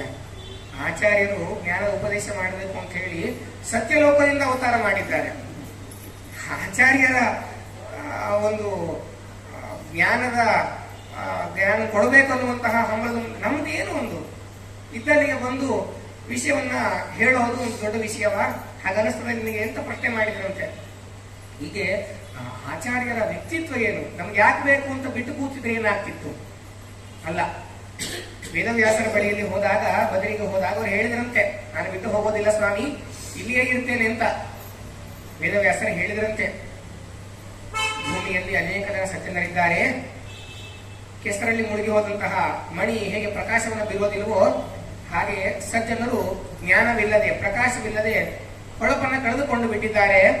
ನೀನು ಹೋಗಿ ಆ ಕೆಸರನ್ನೆಲ್ಲ ತೊಳೆದು ಅವರಲ್ಲಿರುವಂತಹ ಅಜ್ಞಾನವನ್ನು ದೂರ ಮಾಡಿ ಜ್ಞಾನವನ್ನು ಬೆಳಗಿಸಬೇಕು ಅಂತ ವೇದವ್ಯಾಸರು ಹೇಳಿದಾಗ, ವೇದವ್ಯಾಸ ದೇವರ ಆಜ್ಞೆಗಿದೆ ಅಂತ ಭಕ್ತಿಯಿಂದ ಆ ಕಾರ್ಯವನ್ನು ಮಾಡಬೇಕು ಅನ್ನುವಂತಹ ಇಚ್ಛೆಯಿಂದ ಅವತಾರ ಮಾಡಿ ಅನೇಕ ರೀತಿಯ ಉಪಕಾರಗಳನ್ನ ಮಾಡಿದಂತಹ ದೊಡ್ಡ ಜ್ಞಾನಿಗಳು ಶ್ರೀಮದ್ ಆಚಾರ್ಯರು. ಅವರ ಗ್ರಂಥಗಳ ಅಧ್ಯಯನ ಅದು ಅವಶ್ಯವಾಗಿ ಆಗಲೇಬೇಕಾದದ್ದು. ಎಷ್ಟು ಸಾಧ್ಯವೋ ಅಷ್ಟು ಆಚಾರ್ಯರ ಗ್ರಂಥಗಳ ಪಾಠ ಪ್ರವಚನ ಶ್ರವಣಗಳು ಆಗಲೇಬೇಕು. ಆಚಾರ್ಯರ ಗ್ರಂಥಗಳ ವೈಶಿಷ್ಟ್ಯ ಏನು ಅನ್ನುವುದು ಆಚಾರ್ಯರ ಗ್ರಂಥಗಳನ್ನು ಅಧ್ಯಯನ ಮಾಡಿದಾಗಲೇ ಗೊತ್ತಾಗ್ತದೆ. ಆಚಾರ್ಯರ ಇಲ್ಲದೇ ಇದ್ದರೆ ಪ್ರತಿ ಪ್ರವಚನದಲ್ಲೂ ಕೇಳ್ತಿರ್ತೀರಿ, ಒಂದು ಕೂತವರೆಲ್ಲ ಅದನ್ನೇ ಹೇಳ್ತಾರೆ. ಏನು ಹೊಸದು ಹೇಳಿದ್ರು? ಒಂದು ಕೂತವರೆಲ್ಲ ಅವರು ಚೆನ್ನಾಗಿದೆ, ಬಹಳ ಚೆನ್ನಾಗಿದೆ. ಏನ್ ಚೆನ್ನಾಗಿದೆ ಅನ್ನೋದನ್ನ ಅದು ಓದಬೇಕು. ಸಣ್ಣ ಸಣ್ಣ ಗ್ರಂಥಗಳನ್ನ ಆರಂಭ ಮಾಡಿಕೊಂಡು ಕೊನೆಯಲ್ಲಿ ಹೇಳಿದ ಹಾಗೆ ಸದಾಚಾರ ಸ್ಮೃತಿ, ಆಚಾರ ಹೇಗಿರಬೇಕು, ಹೇಗೆ ತೇಳಬೇಕು, ಸ್ನಾನ ಹೇಗೆ ಮಾಡಬೇಕು, ಪೂಜೆ ಹೇಗೆ ಮಾಡಬೇಕು, ಸಣ್ಣ ಸಣ್ಣ ಅಂಶಗಳು ಅದನ್ನ ಜೀವನದಲ್ಲಿ ರೂಢಿಸಿಕೊಂಡು ದೇವರ ಸರ್ವೋತ್ತಮತ್ವ ಅದನ್ನು ಚೆನ್ನಾಗಿ ತಿಳಿದುಕೊಳ್ಳುವತ್ತ ಎಲ್ಲರೂ ಪ್ರಯತ್ನವನ್ನ ಮಾಡಲೇಬೇಕು. ಆಚಾರ್ಯರ ಗ್ರಂಥಗಳ ಬಗ್ಗೆಯೂ ಕೂಡ ತಿಳಿಸಿಕೊಡಬೇಕು ಅಂತ ಹೇಳಿದ್ರು. ಅದಕ್ಕೆ ಸಂಬಂಧಪಟ್ಟ ಹಾಗೆ ನಾನು ಒಂದು ವಿಚಾರವನ್ನ ತಿಳಿಸ್ತೇನೆ. ಸಾಮಾನ್ಯವಾಗಿ ಭಗವದ್ಗೀತೆಯಲ್ಲಿ 15ನೇ ಅಧ್ಯಾಯ ಸಾಮಾನ್ಯ ಎಲ್ಲರಿಗೂ ಅದು ಕಂಠಪಾಠದಲ್ಲಿಯೂ ಇದೆ ಅಂತ ನಾನು ಭಾವಿಸ್ತೇನೆ. ಊಟಕ್ಕೆ ಕುಳಿತುಕೊಳ್ಳುವ ಮೊದಲು 15ನೇ ಅಧ್ಯಾಯವನ್ನು ಎಲ್ಲರೂ ಪಾರಾಯಣ ಮಾಡಿಯೇ ಮಾಡ್ತಾರೆ. 15ನೇ ಅಧ್ಯಾಯದಲ್ಲಿ ಕೊನೆಯಲ್ಲಿ ಕೆಲವೊಂದಿಷ್ಟು ಮಾತುಗಳು ಬರ್ತವೆ. ದ್ವಾವಿಮೌ ಪುರುಷೌ ಲೋಕೆ ಕ್ಷರಶ್ಚಾಕ್ಷರಗೇವ ಚ ಕ್ಷರಃ ಸರ್ವಾಣಿ ಭೂತಾನಿ ಕೂಟಸ್ಥೋಕ್ಷರ ಉಚ್ಯತೆ ಉತ್ತಮಃ ಪುರುಷಸ್ತ್ವನ್ಯಃ ಪರಮಾತ್ಮೇತ್ಯುದಾಹೃತಃ ಯೋ ಲೋಕತ್ರಯಮಾವಿಶ್ಯ ಬಿಭರ್ತ್ಯವ್ಯಯ ಈಶ್ವರಃ ಯಸ್ಮಾಕ್ಷರಮತೀತೋಹಂ ಅಕ್ಷರಾದಪಿ ಚೋತ್ತಮಃ ಅತೋಸ್ಮಿ ಲೋಕೆ ವೇದೇ ಚ ಪ್ರಥಿತಃ ಪುರುಷೋತ್ತಮಃ ಯೋ ಮಾಮೇವ ಸಮ್ಮೂಢೋ ಜಾನಾತಿ ಪುರುಷೋತ್ತಮಂ ಸ ಸರ್ವವಿದ್ ಭಜತಿ ಮಾಂ ಸರ್ವಭಾವೇನ ಭಾರತ ಇತಿ ಗುಹ್ಯತಮಂ ಶಾಸ್ತ್ರಂ ಇದಮುಕ್ತಂ ಮಯಾ ನಘ ಏತದ್ ಬುದ್ಧ್ವಾ ಬುದ್ಧಿಮಾನ್ ಸ್ಯಾತ್ ಕೃತಕೃತ್ಯಶ್ಚ ಭಾರತ. ಕೊನೆಯಲ್ಲಿ ಊಟಕ್ಕೆ ಕುಳಿತುಕೊಳ್ಳುವ ಮೊದಲು ಈ ಶ್ಲೋಕಗಳನ್ನು ಪಠಿಸಿಯೇ ಊಟ ಮಾಡುವಂತಹ ಕ್ರಮ ನಮ್ಮಲ್ಲಿಗಿದೆ. ಭಗವದ್ಗೀತೆಯ ಸಾರಭಾಗ 15ನೇ ಅಧ್ಯಾಯ ಅಂತ ಹೇಳ್ತಾರೆ. ಆ 15ನೇ ಅಧ್ಯಾಯದಲ್ಲೂ ಈ ಒಂದು 4 ಶ್ಲೋಕಗಳು ಎಲ್ಲರೂ ಕೂಡ ಇದಕ್ಕೆ ವ್ಯಾಖ್ಯಾನವನ್ನು ಮಾಡಿದ್ದಾರೆ. ಆಚಾರ್ಯರು ಕೂಡ ಗೀತೆಗೆ ಸಂಬಂಧಪಟ್ಟ ಹಾಗೆ 2 ಗ್ರಂಥಗಳನ್ನ ರಚನೆ ಮಾಡಿದ್ದಾರೆ ಅಂತ ನಾನು ಹಿಂದೆ ತಿಳಿಸಿದ್ದೆ. ಗೀತಾ ಭಾಷ್ಯ ಹಾಗೆ ಗೀತಾ ತಾತ್ಪರ್ಯ ಅಂತ. ನಮ್ಮಲ್ಲಿ ಗೀತೆ, ಅದೇ ರೀತಿಯಾಗಿ ಉಪನಿಷತ್ತುಗಳು, ಅದೇ ರೀತಿಯಾಗಿ ಪುರಾಣ ಬ್ರಹ್ಮಸೂತ್ರಗಳು, ಪ್ರಸ್ಥಾನತ್ರಯ ಅಂತ ಹೇಳಿ ಇವುಗಳನ್ನು ಕರೀತಾರೆ. ಗೀತೆ, ಅದೇ ರೀತಿಯಾಗಿ ಬ್ರಹ್ಮಸೂತ್ರಗಳು, ಅದೇ ರೀತಿಯಾಗಿ ಉಪನಿಷತ್ತುಗಳು. ಈ ಎಲ್ಲದಕ್ಕೂ ಒಬ್ಬರು ವ್ಯಾಖ್ಯಾನ ಮಾಡಿದ್ದಾರೆ ಅಂತಂದ್ರೆ ವ್ಯಾಖ್ಯಾನಕಾರರು, ಟೀಕಾ ಟಿಪ್ಪಣಿ ಬರೆಯುವವರನ್ನ ಹೇಳ್ತಾ ಇಲ್ಲ, ವ್ಯಾಖ್ಯಾನ ಮಾಡಿದಂತಹ ಒಬ್ಬರೇ ಒಬ್ಬರು ಅಂತಂದ್ರೆ ಅದು ಆಚಾರ್ಯರು. ಉಳಿದಂತಹವರು ಯಾರೇ ಆಗಿರಬಹುದು. ಈ 3ಕ್ಕೂ ಒಬ್ಬರೇ ವ್ಯಾಖ್ಯಾನ ಮಾಡಿದ್ದಾರೆ ಅಂತಿಲ್ಲ. ಅವರ ಮತದಲ್ಲಿ ಬಂದಂತಹ ನಂತರದ ಪಂಡಿತರು ಅದನ್ನು ಮಾಡಿದ್ದಾರೆ, ಇಲ್ಲ ಅಂತಲ್ಲ. ಆದರೆ 3ಕ್ಕೂ ಮಾಡಿದಂತಹವರು ಶ್ರೀಮದ್ ಆಚಾರ್ಯರು, ಬೇರೆ ಯಾರು ಇದನ್ನು ಮಾಡಲಿಲ್ಲ. ರಾಮಾನುಜರಾಗಿರಬಹುದು ಅಥವಾ ಶಂಕರಾಚಾರ್ಯರಾಗಿರಬಹುದು, ಯಾರು ಕೂಡ ಮಾಡಲಿಲ್ಲ. 3 ಗ್ರಂಥಗಳಿಗೆ ಸಂಬಂಧಪಟ್ಟ ಹಾಗೆ ಅವುಗಳಿಗೆ ವ್ಯಾಖ್ಯಾನವನ್ನು ಮಾಡಿದಂತಹ ಮಹಾನುಭಾವರು ಆಚಾರ್ಯರು. 15ನೇ ಅಧ್ಯಾಯದಲ್ಲಿ ಕೊನೆಯಲ್ಲಿ ಹೇಳ್ತಾರೆ, ದ್ವಾವಿಮೌ ಪುರುಷೌ ಲೋಕೆ ಕ್ಷರಶ್ಚ ಅಕ್ಷರಗೇವ ಚ. ಇಮೌ ಇವರಿಬ್ಬರು, ಪ್ರಮಾಣತೆಯ ಸಿದ್ಧವಾದಂತಹ ಇಬ್ಬರು. ದ್ವಾವಿಮೌ ಪುರುಷೌ ಲೋಕೆ, ಲೋಕದಲ್ಲಿ ಇಬ್ಬರು ಪುರುಷರಿದ್ದಾರೆ. ಪುರುಷರು ಅಂತಂದ್ರೆ ಗಂಡಸರು ಅಂತ ಅರ್ಥ ಅಲ್ಲ. ಪುರ ಅಂದ್ರೆ ದೇಹ, ಪುರ.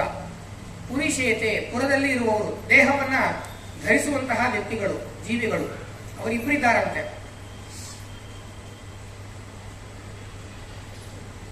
ಯಾರಿಬ್ರು ಅಂತಂದ್ರೆ ಕ್ಷರಶ್ಚ ಅಕ್ಷರಗೇವಚ. ಒಬ್ಬರು ಕ್ಷರ ಪುರುಷರು, ಇನ್ನೊಬ್ಬರು ಅಕ್ಷರ ಪುರುಷರು. ಕ್ಷರ ಅಂತಂದ್ರೆ ನಾಶ ಅಂತ ಅರ್ಥ ಇದೆ. ಕ್ಷರ ಪುರುಷರು ಅಂತಂದ್ರೆ ನಾಶವನ್ನು ಹೊಂದುವಂತಹ ಪುರುಷರು. ಉದಾಹರಣೆಗೆ ನಮ್ಮ ದೇಹ ಇದೆ, ಬಾಲ್ಯಾವಸ್ಥೆಗಿತ್ತು, ಬಾಲ್ಯಾವಸ್ಥೆ ಹೋಯಿತು, ಕೌಮಾರಾವಸ್ಥೆ ಬಂತು, ಕೌಮಾರಾವಸ್ಥೆಗೂ ಹೋಯಿತು, ಯೌವನಾವಸ್ಥೆ ಬಂತು, ಯೌವನಾವಸ್ಥೆಗೂ ಹೋಯಿತು, ವೃದ್ಧಾಪ್ಯ ಬಂತು, ವೃದ್ಧಾಪ್ಯನೂ ಹೋಯಿತು, ಮತ್ತೊಂದು ಶರೀರ ಬಂತು. ಅಷ್ಟೇ ಆಗುತ್ತೆ. ಕ್ಷರ, ದೇಹ ನಾಶ ಹೊಂದಿತು. ನಮಗಷ್ಟೇ ಆಗೋದಾ? ಎಲ್ಲರಿಗೂ ಆಗುತ್ತೆ. ಎಲ್ಲರಿಗೂ ಅಂದ್ರೆ ಯಾರಿಗೆ? ಬ್ರಹ್ಮದೇವರನ್ನ ಮೊದಲು ಮಾಡಿಕೊಂಡು ಎಲ್ಲರಿಗೂ ಆಗೋದು. ಅವರ ಸಾಧನೆ ಮುಗಿತು, ಅವರ ದೇಹವು ಮುಗಿದು. ಎಲ್ಲರೂ ಕೂಡ ಕ್ಷರ ಪುರುಷರು, ನಾಶ ಹೊಂದುವಂತಹ ಪುರುಷರು ಅಂತ ಅರ್ಥ. ಅಕ್ಷರ ಪುರುಷರು ಅಂತ ಇದ್ದಾಳೆ ಲಕ್ಷ್ಮೀದೇವಿ, ಅವಳಿಗೆ ನಾಶ ಇಲ್ಲ, ಅವಳ ದೇಹಕ್ಕೆ ನಾಶ ಇಲ್ಲ. ಅಕ್ಷರ ಪುರುಷರು, ಹೀಗೆ ಲೋಕದಲ್ಲಿ ಪುರುಷರು ಅಂತ ಇರುವವರೇ ಇಬ್ಬರು. ಕ್ಷರ ಪುರುಷರು ಬ್ರಹ್ಮದೇವರನ್ನು ಆರಂಭ ಮಾಡಿಕೊಂಡು ತೃಣಾಜೀವ ಪರ್ಯಂತವಾಗಿ ಎಲ್ಲರೂ ಕೂಡ ಅದರಲ್ಲಿ ಬಂದು ಹೋಗಿ ಬಿಡ್ತಾರೆ. ಇದು ಉಳಿದುದು ಮಹಾಲಕ್ಷ್ಮಿ ಮಾತ್ರ, ಅವಳು ಅಕ್ಷರ ಪುರುಷರು. ಇಬ್ಬರೇ ಇರೋದ. ಕ್ಷರ ಸರ್ವಾಣಿ ಭೂತಾನಿ ಕೂಟಸ್ಥೋ ಅಕ್ಷರ ಉಚ್ಯತೆ, ಕೂಟಸ್ಥಃ ಅಕ್ಷರ ಉಚ್ಯತೆ. ಸರ್ವಾಣಿ ಭೂತಾನಿ, ಆಗಲೇ ಹೇಳಿದ ಹಾಗೆ ಎಲ್ಲರೂ ಕೂಡ ಕ್ಷರಪುರುಷರು, ನಾಶವನ್ನು ಹೊಂದುವಂತಹ ಪುರುಷರು. ಅಕ್ಷರಳು ರಮಾದೇವಿ. ಹಾಗಾದ್ರೆ ಇಬ್ಬರೇ ಇರೋದ ಅಂತಂದ್ರೆ ಗೀತೆ ಹೇಳುತ್ತೆ, ಉತ್ತಮ ಪುರುಷಸ್ತ್ವನ್ಯ ಅನ್ಯ ಉತ್ತಮ ಪುರುಷ. ಇವರಿಬ್ಬರನ್ನ ಬಿಟ್ಟು ಇನ್ನೊಬ್ಬಗಿದ್ದಾನೆ, ಅವನು ಉತ್ತಮ ಪುರುಷ. ಗೀತೆಯ ಮಾತು, ಕೃಷ್ಣ ಪರಮಾತ್ಮನ ಮಾತು. ಉತ್ತಮ ಪುರುಷ ಅನ್ಯ, ಇವರಿಬ್ಬರಲ್ಲೇ ಒಬ್ರು ಅಂತಲ್ಲ, ಇವರಿಬ್ಬರನ್ನ ಬಿಟ್ಟು ಅನ್ಯ ಉತ್ತಮ ಪುರುಷ, ಇನ್ನೊಬ್ಬ ಉತ್ತಮ ಪುರುಷ ಇದ್ದಾನೆ. ಯಾರವನು? ಪರಮಾತ್ಮೇತ್ಯುದಾಹೃತ, ಅವನು ಪರಮಾತ್ಮ ಅಂತ ಕರೆಸಿಕೊಳ್ತಾನೆ. ಅವನು ಇವರಿಬ್ಬರಿಗಿಂತಲೂ ಉತ್ತಮನಾದಂತಹ ಇನ್ನೊಬ್ಬ ವ್ಯಕ್ತಿ. ಇನ್ನೊಬ್ಬ ಉತ್ತಮನಾಗಿದ್ದಾನೆ ಅಂತ ಹೇಳಲಿಕ್ಕೆ ಏನಾದರೂ ಒಂದು ಯುಕ್ತಿ ಬೇಕಲ್ಲ, ಕಾರಣ ಬೇಕಲ್ಲ. ಕಾರಣ ಇದೆ. ಯೋ ಲೋಕತ್ರಯಮಾವಿಶ್ಯ ಬಿಭರ್ತಿ, ಯಹ ಲೋಕತ್ರಯಂ ಆವಿಶ್ಯ ಬಿಭರ್ತಿ. ಆ ಪರಮಾತ್ಮ ಹೇಗಿದ್ದಾನೆ ಅಂತಂದ್ರೆ, ಲೋಕಗಳನ್ನೆಲ್ಲ ವ್ಯಾಪಿಸಿ ಲೋಕದಲ್ಲಿ ಪ್ರವೇಶವನ್ನ ಮಾಡಿ ಅವುಗಳ ಧಾರಣೆಯನ್ನ ಮಾಡ್ತಾನೆ. ಈ ಕೆಲಸ ಬೇರೆಯವರಿಗೆ ಮಾಡ್ಲಿಕ್ಕೆ ಆಗೋದಿಲ್ಲ. ಪರಮಾತ್ಮನನ್ನ ವಿಶ್ವ ಅಂತ ಕರೀತಾರೆ. ತತ್ ಸೃಷ್ಟ ತದೇವ ಅನುಪ್ರವಿಶತು. ಪರಮಾತ್ಮ ಸೃಷ್ಟಿಯನ್ನ ಮಾಡಿದನಂತೆ, ಸೃಷ್ಟಿಯನ್ನ ಮಾಡಿ ಸೃಷ್ಟವಾದಂತಹ ಪದಾರ್ಥದ ಅಸ್ತಿತ್ವ ಹಾಳಾಗಬಾರದು ಅನ್ನುವ ಕಾರಣಕ್ಕೆ ಅದರಲ್ಲಿ ಪ್ರವೇಶ ಮಾಡಿ ಅದನ್ನು ನಿಲ್ಲಿಸಿದನಂತೆ. ನಾವು ಅನೇಕ ಪದಾರ್ಥಗಳನ್ನ ಸೃಷ್ಟಿಸ್ತೇವೆ. ತಾಯಿ ಒಂದು ಮಗುವಿಗೆ ಜನ್ಮವನ್ನ ಕೊಡ್ತಾಳೆ. ಜನ್ಮವನ್ನ ಕೊಟ್ಟಳು, ಮಗು ಬಂತು ಅಂತಂದ ಮೇಲೆ ಹೊರಗಿಂದ ಉಪಚಾರ ಮಾಡಬಹುದೇ ಹೊರತು ಒಳಗಿಂದ ಏನು ಮಾಡ್ಲಿಕ್ಕೆ ಆಗೋದಿಲ್ಲ. ಆದರೆ ದೇವರು ನೋಡ್ರಿ, ಸೃಷ್ಟಿ ಮಾಡಿದ, ಸೃಷ್ಟಿ ಮಾಡಿ ಕೈ ಬಿಡಲಿಲ್ಲ, ಅದರಲ್ಲಿ ಪ್ರವೇಶ ಮಾಡಿ ಅದು ನಿಲ್ಲುವಂತೆ ಮಾಡಿದ. ತಾಯಿ ಮಾಡುವಂತಹ ಕೆಲಸ ಒಂದು, ಇನ್ನೊಂದು ರೀತಿಯ ಕೆಲಸ ಆಗೋದಿದೆ. ಒಂದು ಕೆಲಸ ಹೇಳಿದ್ರೆ ಕೆಲಸ ಮಾಡಿ ಮುಗಿಸಿ ಬಿಡೋದು. ಅಡಿಗೆ ಮಾಡ್ಲಿಕ್ಕೆ ಯಾರಿಗಾದ್ರೂ ಹೇಳಿರ್ತೇವೆ, ಅಡಿಗೆ ಮಾಡಿ ಇಟ್ಟು ಬಿಡ್ತಾರೆ. ಆಮೇಲೆ ಏನಾದ್ರೂ ಆಗಿದೆ ನನಗೆ ಗೊತ್ತಿಲ್ಲ, ಅಡಿಗೆ ಮಾಡೋದು ನನ್ನ ಕೆಲಸ, ಅಡಿಗೆ ಮಾಡಾಯ್ತು ಇಟ್ಟಾಯ್ತು ನಾನು ಹೊರಡ್ತೇನೆ, ಮುಂದಿದ್ದು ಅದು ನಮಗೆ ಸಂಬಂಧ ಇಲ್ಲ. ತಾಯಿ ಹಾಗಾಗೋದಿಲ್ಲ. ಮಗುವನ್ನ ಸೃಷ್ಟಿಸಿ ಮಗುವಿಗೆ ಬೇಕಾದಂತಹ ಉಪಚಾರಗಳನ್ನ ಮಾಡ್ತಾಳೆ. ಪರಮಾತ್ಮ ಉಪಚಾರ ಮಾಡ್ತಾನೆ, ಹೊರಗಿನಿಂದನೂ ಉಪಚಾರ, ಒಳಗಿನಿಂದನೂ ಉಪಚಾರ. ಹೀಗೆ ಯಹ ಲೋಕತ್ರಯಮಾವಿಶ್ಯ ಬಿಭರ್ತಿ. ಲೋಕ ಅನ್ನುವ ಶಬ್ದಕ್ಕೆ ಎರಡು ರೀತಿಯ ಅರ್ಥ ಇದೆ. ಲೋಕಸ್ತು ಭುವನೇ ಜನೆ, ಜನರಿಗೂ ಕೂಡ ಲೋಕ ಅಂತ ವ್ಯವಹಾರ ಮಾಡೋದಿದೆ, ಲೋಕಗಳನ್ನು ಕೂಡ ಲೋಕ ಅಂತ ಕರೆಯೋದಿದೆ. ದೇವರು ನಮ್ಮಲ್ಲಿಯೂ ನಿಂತು ಕೆಲಸವನ್ನ ಮಾಡಿಸ್ತಾನೆ, ಲೋಕದ ಅಸ್ತಿತ್ವ ನಿಲ್ಲುವುದಕ್ಕೂ ತಾನು ಕಾರಣೀಭೂತನಾಗಿದ್ದಾನೆ. ಇದೇ ಯುಕ್ತಿ. ಅವನು ಉತ್ತಮ ಅಂತ ಹೇಳಲಿಕ್ಕೆ ಇದೇ ಒಂದು ಯುಕ್ತಿ ಅಲ್ಲ. ಲೋಕದಲ್ಲಿ ಪ್ರವೇಶ ಮಾಡಿ ಅದನ್ನ ಸ್ಥಿತಿ ಮಾಡ್ತಾನೆ, ಅದರ ಅಸ್ತಿತ್ವ ನಿಲ್ಲುವಂತೆ ಮಾಡ್ತಾನೆ ಅಂದ ಮಾತ್ರಕ್ಕೆ ಅವನು ಉತ್ತಮ ಅಂತ ಹೇಗಾದ? ಯಾರು ನಿಯಮನೆ ಮಾಡಲಿಕ್ಕೆ ಸಮರ್ಥರಾಗಿರ್ತಾರೋ ಅವರು ನಿಯಮ್ಯವಾದ ವಸ್ತುವಿಗಿಂತಲೂ ಉತ್ತಮನೇ ಆಗಿರ್ತಾರೆ. ಯಾವ ವ್ಯಕ್ತಿ ಇನ್ನೊಬ್ಬರನ್ನ ತನ್ನ ಅಧೀನ ಮಾಡಿಕೊಂಡು ಅವರನ್ನ ನಿಯಮನೆ ಮಾಡ್ತಿರ್ತಾನೋ, ನಿಯಮನೆ ಮಾಡುವ ವ್ಯಕ್ತಿ ಯಾರನ್ನು ನಿಯಮನೆ ಮಾಡ್ತಿರ್ತಾನೋ ಅವನಿಗಿಂತಲೂ ಉತ್ತಮನೇ ಆಗಿರ್ತಾನೆ. ಕೆಲಸಕ್ಕೆ ಹೇಳಿದಂತಹ ಯಜಮಾನ ಒಬ್ಬ, ಕೆಲಸ ಮಾಡುವಂತಹ ಸೇವಕ ಒಬ್ಬ. ಕೆಲಸ ಮಾಡುವ ಸೇವಕನಿಗಿಂತಲೂ ಯಜಮಾನ ಉತ್ತಮ, ಅದರಲ್ಲಿ ಯಾವ ವಿವಾದ ಸಂಶಯ ಇಲ್ಲ. ಅದೇ ರೀತಿ ದೇವರು ನಿಯಮನೆ ಮಾಡುವಂತಹ ವಸ್ತು ಈ ಲೋಕ, ಈ ಲೋಕ ಜನರು. ಹಾಗಾದರೆ ಜನರಿಗಿಂತಲೂ ಕೂಡ ಅವರನ್ನು ನಿಯಮನೆ ಮಾಡುವಂತಹ ವ್ಯಕ್ತಿ ಉತ್ತಮ ಅನ್ನುವುದರಲ್ಲಿ ಏನು ಸಂದೇಹ? ಬ್ರಹ್ಮದೇವರನ್ನು ಜನರ ಪಕ್ಷದಲ್ಲಿಯೇ ಸೇರಿಸಿಬಿಟ್ರು, ಕ್ಷರ ಪುರುಷರ ಪಕ್ಷದಲ್ಲಿಯೇ ಸೇರಿಸಿಬಿಟ್ಟರು. ಲಕ್ಷ್ಮೀದೇವಿಯರನ್ನು ಕೂಡ ಅಕ್ಷರ ಪುರುಷರ ಪಟ್ಟಿಯಲ್ಲಿ ಸೇರಿಸಿಬಿಟ್ರು. ಇಬ್ಬರನ್ನೂ ನಿಯಮನೆ ಮಾಡ್ತಾನೆ ಪರಮಾತ್ಮ. ಆದ್ದರಿಂದ ಕ್ಷರ ಪುರುಷರಿಗಿಂತಲೂ ಉತ್ತಮ, ಅಕ್ಷರ ಪುರುಷರಿಗಿಂತಲೂ ಉತ್ತಮ. ಇದರಲ್ಲಿ ಏನು ಸಂದೇಹ ಇದೆ? ಕ್ಷರಶ್ಚ ಅಕ್ಷರವೇವ ಪರಮಾತ್ಮೆ ಉದಾಹೃತಃ ಯೋ ಲೋಕತ್ರಯಮಾವಿಶ್ಯ ಬಿಭರ್ತಿ. ಸರಿ, ಅವನೇನೋ ಸೃಷ್ಟಿ ಮಾಡ್ತಾನೆ ಅಂತ ಹೇಳಿದ್ರೆ, ಅದನ್ನು ಪ್ರವೇಶ ಮಾಡ್ತಾನೆ ಅಂತ ಹೇಳಿದ್ರಿ, ಸರಿ, ಎಲ್ಲ ಚಂದ. ಆದ್ರೆ ಯಾವಾಗ ಲೋಕ ನಾಶ ಹೊಂದುತ್ತದೋ ಆವಾಗ ಅದರಲ್ಲಿ ಅಂತರ್ಯಾಮಿಯಾಗಿರುವಂತಹ ವಸ್ತು ಕೂಡ ನಾಶ ಹೊಂದಲೇಬೇಕಲ್ಲ. ದೇವರು ನಮ್ಮಲ್ಲಿ ಪ್ರವೇಶ ಮಾಡಿ ಕೆಲಸ ಮಾಡಿಸ್ತಾನೆ, ಸರಿ ಆಯ್ತು. ನಮ್ಮ ನಾಶವಾದಾಗ ದೇವರ ನಾಶವೂ ಆಗಬೇಕಲ್ವಾ? ಗೀತೆ ಹೇಳುತ್ತೆ ಇಲ್ಲ. ಅವ್ಯಯ ಯೋ ಲೋಕತ್ರಯಮಾವಿಶ್ಯ ಬಿಭರ್ತಿ ಅವ್ಯಯ. ಅವನಿಗೆ ವ್ಯಯ ಇಲ್ಲ, ಅವನಿಗೆ ನಾಶ ಇಲ್ಲ, ಯಾವ ವಿಧವಾದ ನಾಶವೂ ಇಲ್ಲ. ದೇಹ ಹಾನಿ ಎನ್ನುವಂತಹ ನಾಶವೂ ಇಲ್ಲ. ಇನ್ನು ದೇಹ ಹಾನಿ ಒಂದು ರೀತಿಯ ನಾಶ, ಇನ್ನೊಂದು ರೀತಿಯ ನಾಶ, ಅನೇಕ ರೀತಿಯ ನಾಶಗಳಿದೆ. ಸಂಹಾರ ಮಾಡುವ ರೀತಿಯಲ್ಲೂ ನಾಶವಾಗಬಹುದು, ಅವನಿಗೆ ಆ ಬಾಧೆ ಇಲ್ಲ.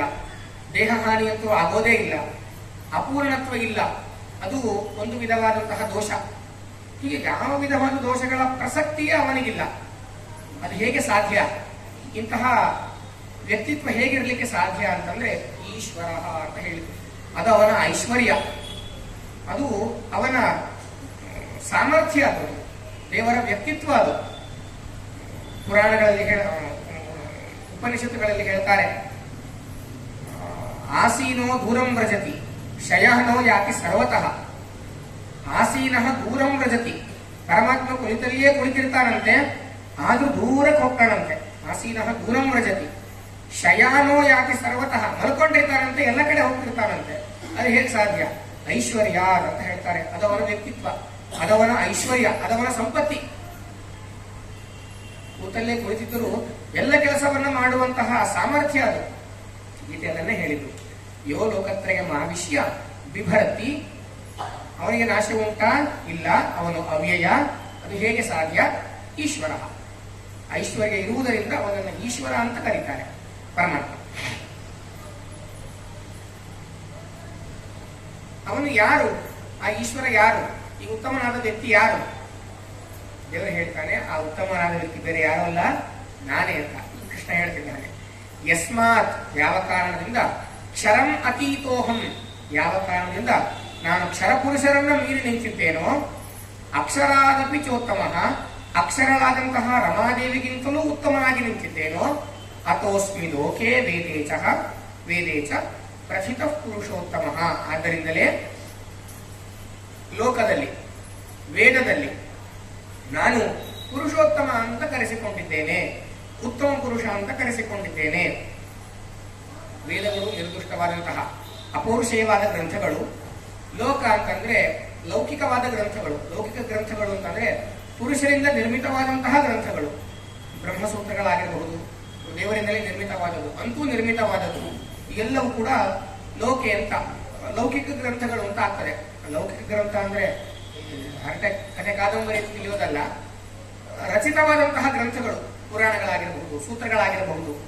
ಎಲ್ಲದರಲ್ಲಿಯೂ ಕೂಡ ನಾನು ಪುರುಷೋತ್ತಮ ಅಂತ ಕರೆಸಿಕೊಂಡಿದ್ದೇನೆ. ಯಾಕೆಂದ್ರೆ ಆ ಇಬ್ಬರು ಪುರುಷರಿಗಿಂತಲೂ ನಾನು ಉತ್ತಮ. ಸರಿ, ಇದನ್ನೆಲ್ಲ ತಿಳಿದುಕೊಂಡ್ವಿ. ಇದನ್ನು ತಿಳಿದುಕೊಳ್ಳೋದ್ರಿಂದ ಆಗುವ ಫಲ ಏನು? ನಮಗೇನು ಲಾಭ ಆಯಿತು? ಯೋ ಮಾಮೇವಂ ಅಸಮ್ಮೂಢೋ ಜಾನಾತಿ ಪುರುಷೋತ್ತಮಂ ಸ ಸರ್ವವಿದ್ ಭಜತಿ ಮಾಂ ಸರ್ವಭಾವೇನ ಭಾರತ. ಯಾರು ಈ ರೀತಿಯಾಗಿ ತಿಳಿದುಕೊಳ್ತಾರೋ, ಹೇಳಿದಂತಹ ತತ್ವಗಳನ್ನ ಅಸಮ್ಮೂಢ, ಯಾವುದೇ ರೀತಿಯ ಸಂಶಯಕ್ಕೆ ಅವಕಾಶ ಇಲ್ಲದೆ ಇವುಗಳನ್ನು ತಿಳಿದುಕೊಳ್ತಾನೋ, ಈ ಪುರುಷೋತ್ತಮನನ್ನು ತಿಳಿದುಕೊಳ್ತಾನೋ, ಆ ವ್ಯಕ್ತಿ ಎಂತಹ ಫಲವನ್ನು ಹೊಂದುತ್ತಾನೆ ಅಂತಂದ್ರೆ ಸ ಸರ್ವವಿತ್, ಅವನು ಎಲ್ಲವನ್ನು ತಿಳಿದುಕೊಂಡ ಹಾಗೆ. ಭಜತಿ ಮಾಂ ಸರ್ವಭಾವೇನ ಭಾರತ, ಎಲ್ಲ ರೀತಿಯಿಂದಲೂ ನನ್ನನ್ನು ಉಪಾಸನೆ ಮಾಡಿದಂತಾಗ್ತದೆ. ಈ ಒಂದಿಷ್ಟು ತತ್ವಗಳನ್ನು ತಿಳಿದುಕೊಂಡು ಬಿಟ್ರೆ ಎಲ್ಲ ಉಪಾಸನೆಯನ್ನು ಮಾಡಿದ ಹಾಗಾಗ್ತದೆ. ಆ ವ್ಯಕ್ತಿ ಎಲ್ಲವನ್ನೂ ತಿಳಿದುಕೊಂಡ ಹಾಗಾಗ್ತದೆ. ಹೇಗೆ ಸಾಧ್ಯ? ಸಣ್ಣ ಪ್ರಮೇಯವನ್ನು ತಿಳ್ಕೊಂಡು ಎಲ್ಲ ತಿಳ್ಕೊಂಡಾಗ ಆಗೋದು ಹೌದಾ? ಹೌದು. ವ್ಯಾಖ್ಯಾನಗಳಲ್ಲಿ ಹೇಳ್ತಾರೆ, ಇದೇ ಎಲ್ಲ ಶಾಸ್ತ್ರಗಳ ಏನಂತಾರೆ ಮರ್ಮಭಾಗ. ಶಾಸ್ತ್ರಗಳೆಲ್ಲ ಹೇಳಲಿಕ್ಕೆ ಹೊರಟಂತಹ ಮುಖ್ಯ ಪ್ರಮೇಯ ಅಂದ್ರೆ ಇದೆ. ಇಲ್ಲದಿದ್ರೆ ಶಾಸ್ತ್ರ ಗ್ರಂಥಗಳ ಔಚಿತ್ಯ ಏನು? ಸುಮ್ಮನೆ ಶುಷ್ಕವಾದ ಒಣ ತರ್ಕ ಮಾಡ್ಲಿಕ್ಕೆ ಹೊರಟಿದ್ದಲ್ಲ. ದೇವರ ಸರ್ವೋತ್ತಮತ್ವವನ್ನು ಹೇಳುವುದಕ್ಕೋಸ್ಕರವಾಗಿಯೇ ಎಲ್ಲ ರೀತಿಯ ಯುಕ್ತಿಗಳು, ಎಲ್ಲ ರೀತಿಯ ಶ್ರುತಿಗಳು ಎಲ್ಲವೂ ಹೊರಟುಕೊಳ್ಳೋಕ್ಕೋಸ್ಕರ ಅಲ್ವಾ? ಹಾಗಾದ್ರೆ ನಾವು ಈ ಭಾಗವನ್ನು ತಿಳಿದುಕೊಂಡು ಬಿಟ್ರೆ ಎಲ್ಲವನ್ನು ತಿಳಿದುಕೊಂಡ ಹಾಗಾಯಿತು. ಆದ್ದರಿಂದ ಈ ವಿಚಾರವನ್ನ ಯಾರು ತಿಳಿದುಕೊಳ್ತಾನೋ ಅವನು ಎಲ್ಲವನ್ನ ತಿಳಿದುಕೊಂಡ ಹಾಗೆ. ಅಷ್ಟೇವ ಸರ್ವಶಾಸ್ತ್ರಾರ್ಥತ್ವ, ಇದೇ ಎಲ್ಲ ಶಾಸ್ತ್ರಗಳ ಅಭಿಪ್ರಾಯ. ಇತಿ ಗುಹ್ಯತಮಂ ಶಾಸ್ತ್ರಂ ಇದಮುಕ್ತಂ ಮಯಾನಘ ಏತದ್ ಬುದ್ಧ್ವಾ ಬುದ್ಧಿಮಾನ್ ಸ್ಯಾತ್ ಕೃತಕೃತ್ಯಶ್ಚ ಭಾರತ. ಇದು ಅತ್ಯಂತ ಗೌಪ್ಯವಾದಂತಹ ವಿಚಾರ. ಇದನ್ನ ನಾನು ನಿನಗೆ ಉಪದೇಶ ಮಾಡಿದ್ದೇನೆ ಅರ್ಜುನ, ಇದನ್ನ ತಿಳಿದುಕೋ ಅಂತ ಕೃಷ್ಣ ಪರಮಾತ್ಮ ಹೇಳಿದ್ದು. ಮೇಲ್ನೋಟದ ಬರೀ ಶ್ಲೋಕಗಳನ್ನ ಗಮನಿಸಿಕೊಂಡು ಬಿಟ್ರೆ ಯಾರು ಉತ್ತಮ ಯಾರು ಅಧಮ, ಯಾಕೆ ಏನು ಅದು ಗೊತ್ತಾಗೋದಿಲ್ಲ. ಅದರ ಕಾರಣಗಳೇನು, ಒಂದೊಂದು ಪದದ ಹಿಂದಿರುವಂತಹ ಔಚಿತ್ಯಗಳೇನು, ಯಾವ ದೃಷ್ಟಿಯಲ್ಲಿ ಅವುಗಳನ್ನು ಅರ್ಥೈಸಿಕೊಳ್ಬೇಕು. ಇಲ್ಲದೇ ಇದ್ರೆ ಸುಮ್ಮನೆ ಅವ್ಯಯ ನಾಶ ಇಲ್ಲ, ಅಕ್ಷರ ವಿನಾಶ ಇಲ್ಲ, ಈ ತರ ಕಥೆಯನ್ನು ತಿಳಿದುಕೊಂಡು ಹಾಗೆ ತಿಳಿದುಕೊಳ್ತಾನೆ ಮನುಷ್ಯ. ಆದರೆ ಆಚಾರ್ಯರ ಗ್ರಂಥಗಳು, ಅವುಗಳಿಗಿರುವಂತಹ ಟೀಕಾ ಟಿಪ್ಪಣಿಗಳು, ಇವುಗಳನ್ನೆಲ್ಲವನ್ನ ಜೋಡಿಸಿಕೊಂಡು ಮೂಲ ಗ್ರಂಥಗಳನ್ನ ಅರ್ಥೈಸಿಕೊಂಡ್ರೆ ಅದರ ರುಚಿ ಬಹಳ ಬಹಳ ಇದ್ದದು. ಆದ್ದರಿಂದಲೇನೆ ಆಚಾರ್ಯರು ಅಂತಹ ಅಪೂರ್ವವಾದಂತಹ ಗ್ರಂಥಗಳನ್ನ ರಚನೆ ಮಾಡಿದ್ದಾರೆ ಅಂತ ಎಲ್ಲ ಜ್ಞಾನಿಗಳು ಕೊಂಡಾಡ್ತಾರೆ. ಅವರಿವರಲ್ಲ, ಎಲ್ಲ ಜ್ಞಾನಿಗಳು ಕೊಂಡಾಡ್ತಾರೆ. ಇದು ಆಚಾರ್ಯರ ವ್ಯಕ್ತಿತ್ವ. ಇಂತಹ ಆಚಾರ್ಯರ ಗ್ರಂಥಗಳ ವಿಚಾರವನ್ನ ಎಷ್ಟು ಸಾಧ್ಯವೋ ಅದು ತಿಳಿಬೇಕು. ಇವತ್ತಿನ ಕಾಲಕ್ಕೆ ಬಹಳ ಅನುಕೂಲವಿದೆ. ಹಿಂದೆಲ್ಲ ಓದಬೇಕು ಅಂದ್ರೆ ಬಹಳ ಕಷ್ಟ ಇರ್ತಿತ್ತು. ಇವತ್ತಿಗೆ ಬಹಳ ಅನುಕೂಲ, ಬೇಕಾದಷ್ಟು ಪುಸ್ತಕಗಳು ಸಿಗುತ್ತದೆ. ಪುಸ್ತಕ ಸಿಗೋದಿಲ್ಲ ಆಗ್ತಿಲ್ಲ. ಹಿಂದಿನ ಕಾಲದಲ್ಲಿ ಪುಸ್ತಕ ಸಿಗೋದು ಬಹಳ ಕಷ್ಟ ಇತ್ತು. ಇದರಲ್ಲೇ ಸುಮ್ಮನೆ ಉಲ್ಲೇಖ ಮಾಡ್ತಾರೆ, ಆಚಾರ್ಯರ ಗ್ರಂಥಗಳನ್ನ ಓದ್ತಿದ್ರಂತೆ. ಹೇಗೆ ಓದೋದು ಅಂತಂದ್ರೆ, ಅಂದ್ರೆ ಆವಾಗಿನ ಕಾಲದಲ್ಲಿ ಸರಿಯಾದ ಸಿದ್ಧಾಂತ ಅಂತ ಇರಲಿಲ್ಲ. ಆಗಿನ ಕಾಲದಲ್ಲಿ ಇದ್ದಂತಹ ಸಿದ್ಧಾಂತವೇ ಸರಿ ಅಂತ ಎಲ್ಲರೂ ಭ್ರಮಿಸಿ ಬಿಟ್ಟಿದ್ರು. ಅದನ್ನೇ ಓದ್ತಿದ್ರು, ಅದರ ಪಾಠ ಪ್ರವಚನಗಳೇ ಆಗ್ತಾ ಇತ್ತು. ಎಷ್ಟೋ ಜ್ಞಾನಿಗಳಿಗೆ ಇದು ವಿಚಾರ ಹಿಂದೂ ಮುಂದೆ ವಿಚಾರ ಮಾಡಿದ್ರೆ ಸರಿ ಅಂತ ಅನಿಸ್ತಾ ಇಲ್ಲ ಅಂತ ಗೊತ್ತಿದ್ದರೂ ಬೇರೆ ಯಾವುದು ಸರಿ ಆ ಗ್ರಂಥನೇ ಇಲ್ಲ, ನಮ್ಗೆ ಏನ್ ಮಾಡ್ಬೇಕು, ಅದನ್ನೇ ಓದಬೇಕು, ಈ ರೀತಿಯ ಪ್ರಸಕ್ತಿ ಇತ್ತು. ಆವಾಗ ಶ್ರೀಮದಾಚಾರ್ಯರ ಗ್ರಂಥಗಳು ಇದೆ ಅಂತ ಗೊತ್ತಾದಾಗ ಆಚಾರ್ಯರ ಗ್ರಂಥಗಳನ್ನ ಓದಿದ್ರಂತೆ. ಬೆಳಗ್ಗೆ ಓದ್ಲಿಕ್ಕೆ ಆಗೋದಿಲ್ಲ, ಎಲ್ಲರೂ ನೋಡ್ತಾರೆ. ರಾತ್ರಿ ಆಚಾರ್ಯರ ಗ್ರಂಥಗಳನ್ನ ಕೂತು ಅಧ್ಯಯನ ಮಾಡ್ತಾಗಿದ್ರು ಅಂತ ಉಲ್ಲೇಖ ಮಾಡ್ತಾರೆ. ಅಂದ್ರೆ ಪುಸ್ತಕ ಓದಲಿಕ್ಕೂ ಕಷ್ಟ ಇತ್ತು. ಆದ್ರೆ ಇವಾಗ ಏನಿಲ್ಲ, ಎಷ್ಟು ಬೇಕಷ್ಟು ಪುಸ್ತಕಗಳು ಸಿಗುತ್ತದೆ, ಎಷ್ಟು ಬೇಕಷ್ಟು ಪ್ರವಚನಗಳು ಸಿಗುತ್ತದೆ. ಎಲ್ಲವೂ ಕೂಡ ನಮಗೆ ಸಂಸ್ಕೃತ ಬರೋದಿಲ್ಲ ಅನ್ನುವಂತಹ ಪ್ರಸಕ್ತಿ ಇಲ್ಲ. ಕನ್ನಡದಲ್ಲಿ ಎಲ್ಲ ಅನುವಾದವನ್ನು ಮಾಡಿಕೊಟ್ಟಿದ್ದಾರೆ. ಎಷ್ಟು ಸಾಧ್ಯವೋ ಅಷ್ಟು, ದಿನಕ್ಕೊಂದು ಶ್ಲೋಕ, ಸಣ್ಣ ಸಣ್ಣ ಗ್ರಂಥಗಳನ್ನ ಅಧ್ಯಯನವನ್ನ ಮಾಡ್ತಾ ಮಾಡ್ತಾ ಆಚಾರ್ಯರ ಗ್ರಂಥಗಳ ವಿಶೇಷವಾದಂತಹ ಅಧ್ಯಯನ ಚೆನ್ನಾಗಿ ನಡಿಬೇಕು ಅಂತ ನಾವು ಈ ಮೂಲಕವಾಗಿ ತಿಳಿಸಿಕೊಡ್ತಾ ಇದ್ದೇವೆ. ಹೀಗೆ ಆಚಾರ್ಯರ ಉಪಕಾರ ಬಹಳ ಬಹಳ ಅಮೋಘವಾದದ್ದು. ಗೀತೆಗೆ ಸಂಬಂಧಪಟ್ಟ ಹಾಗೆ ಒಂದು ಸಣ್ಣ ವಿಚಾರವನ್ನು ನಾನು ಹೇಳಿದೆ. ಶ್ರುತಿಗಳಿಗೆ ಅಂದ್ರೆ ಉಪನಿಷತ್ತುಗಳಿಗೆ ಸಂಬಂಧಪಟ್ಟ ಹಾಗೆಯೂ ಇದೇ ರೀತಿ ಅನೇಕ ಅಪೂರ್ವವಾದ ವಿಚಾರಗಳು. ಬರೀ ಮೂಲ ಶ್ಲೋಕಗಳನ್ನು ಗಮನಿಸಿಕೊಂಡು ಬಿಟ್ಟರೆ ಅದು ಯಾಕೆ ಏನು ಅಂತ ಕಾರಣ ಸಿಗೋದಿಲ್ಲ. ಕಾರಣ ಸಿಗದೇ ಇದ್ರೆ ಆ ಓದಿದಂತಹ ಪ್ರತಿಯೊಂದು ಪಂಕ್ತಿಗಳು ಅದು ಸರಿಯಾದ ಅರ್ಥವನ್ನು ಕೊಡೋದಿಲ್ಲ. ತಲೆಯಲ್ಲಿ ಕೊರಿತಾ ಇರ್ತದೆ, ಏನೋ ಸರಿಯಾಗಲಿಲ್ಲ ಅಂತ. ಸರಿಯಾದಂತಹ ಅಭಿಪ್ರಾಯ ಗೊತ್ತಾಗುವವರೆಗೆ ಸಮಾಧಾನ ಆಗೋದಿಲ್ಲ. ಅಂದ್ರೆ ಆಚಾರ್ಯರ ಗ್ರಂಥಗಳು ಹಾಗಲ್ಲ. ಅಲ್ಲಿ ಪ್ರಶ್ನೆ ಬಂದಾಗ ಉತ್ತರ ಸಿದ್ಧವಾಗಿ ಇರ್ತದೆ. ಯಾಕೆ ಹೀಗೆ ಅನ್ನುವ ಪ್ರಸಕ್ತಿ ಇಲ್ಲ, ಅದಕ್ಕೆ ಉತ್ತರ ಕೊಟ್ಟೇ ಬಿಟ್ಟಿರ್ತಾರೆ. ಅಂತಹ ದಿವ್ಯವಾದ ಗ್ರಂಥಗಳನ್ನ ರಚನೆ ಮಾಡಿಕೊಟ್ಟಂತಹ ಮಹಾನುಭಾವರು ಶ್ರೀಮದಾಚಾರ್ಯರು. ಅವರಿಗೆ ವೇದ ಪ್ರವಚನಾಚಾರ್ಯರು ಅಂತಾನೆ ಹೆಸರು. ವೇದ ಪ್ರವಚನಗಳನ್ನ ಮಾಡುವುದರಲ್ಲಿ ಬಹಳ ನಿಸ್ಸೀಮರು ಆಚಾರ್ಯರು. ಪುಂಖಾನುಪುಂಖವಾಗಿ ವೇದ ಮಂತ್ರಗಳನ್ನ ಉಲ್ಲೇಖ ಮಾಡ್ತಾ ಮಾಡ್ತಾ ಆಚಾರ್ಯರು ಪ್ರವಚನವನ್ನ ಮಾಡ್ತಾ ಇದ್ರಂತೆ.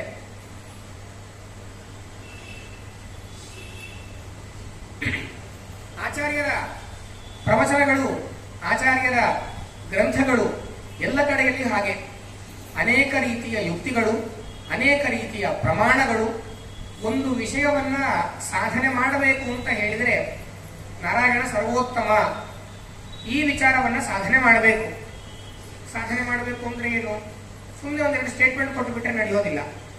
ಅದು ಯಾಕೆ ನಾರಾಯಣ ಸರ್ವೋತ್ತಮ ಅಂತ ಯಾಕೆ ಒಪ್ಪಬೇಕು?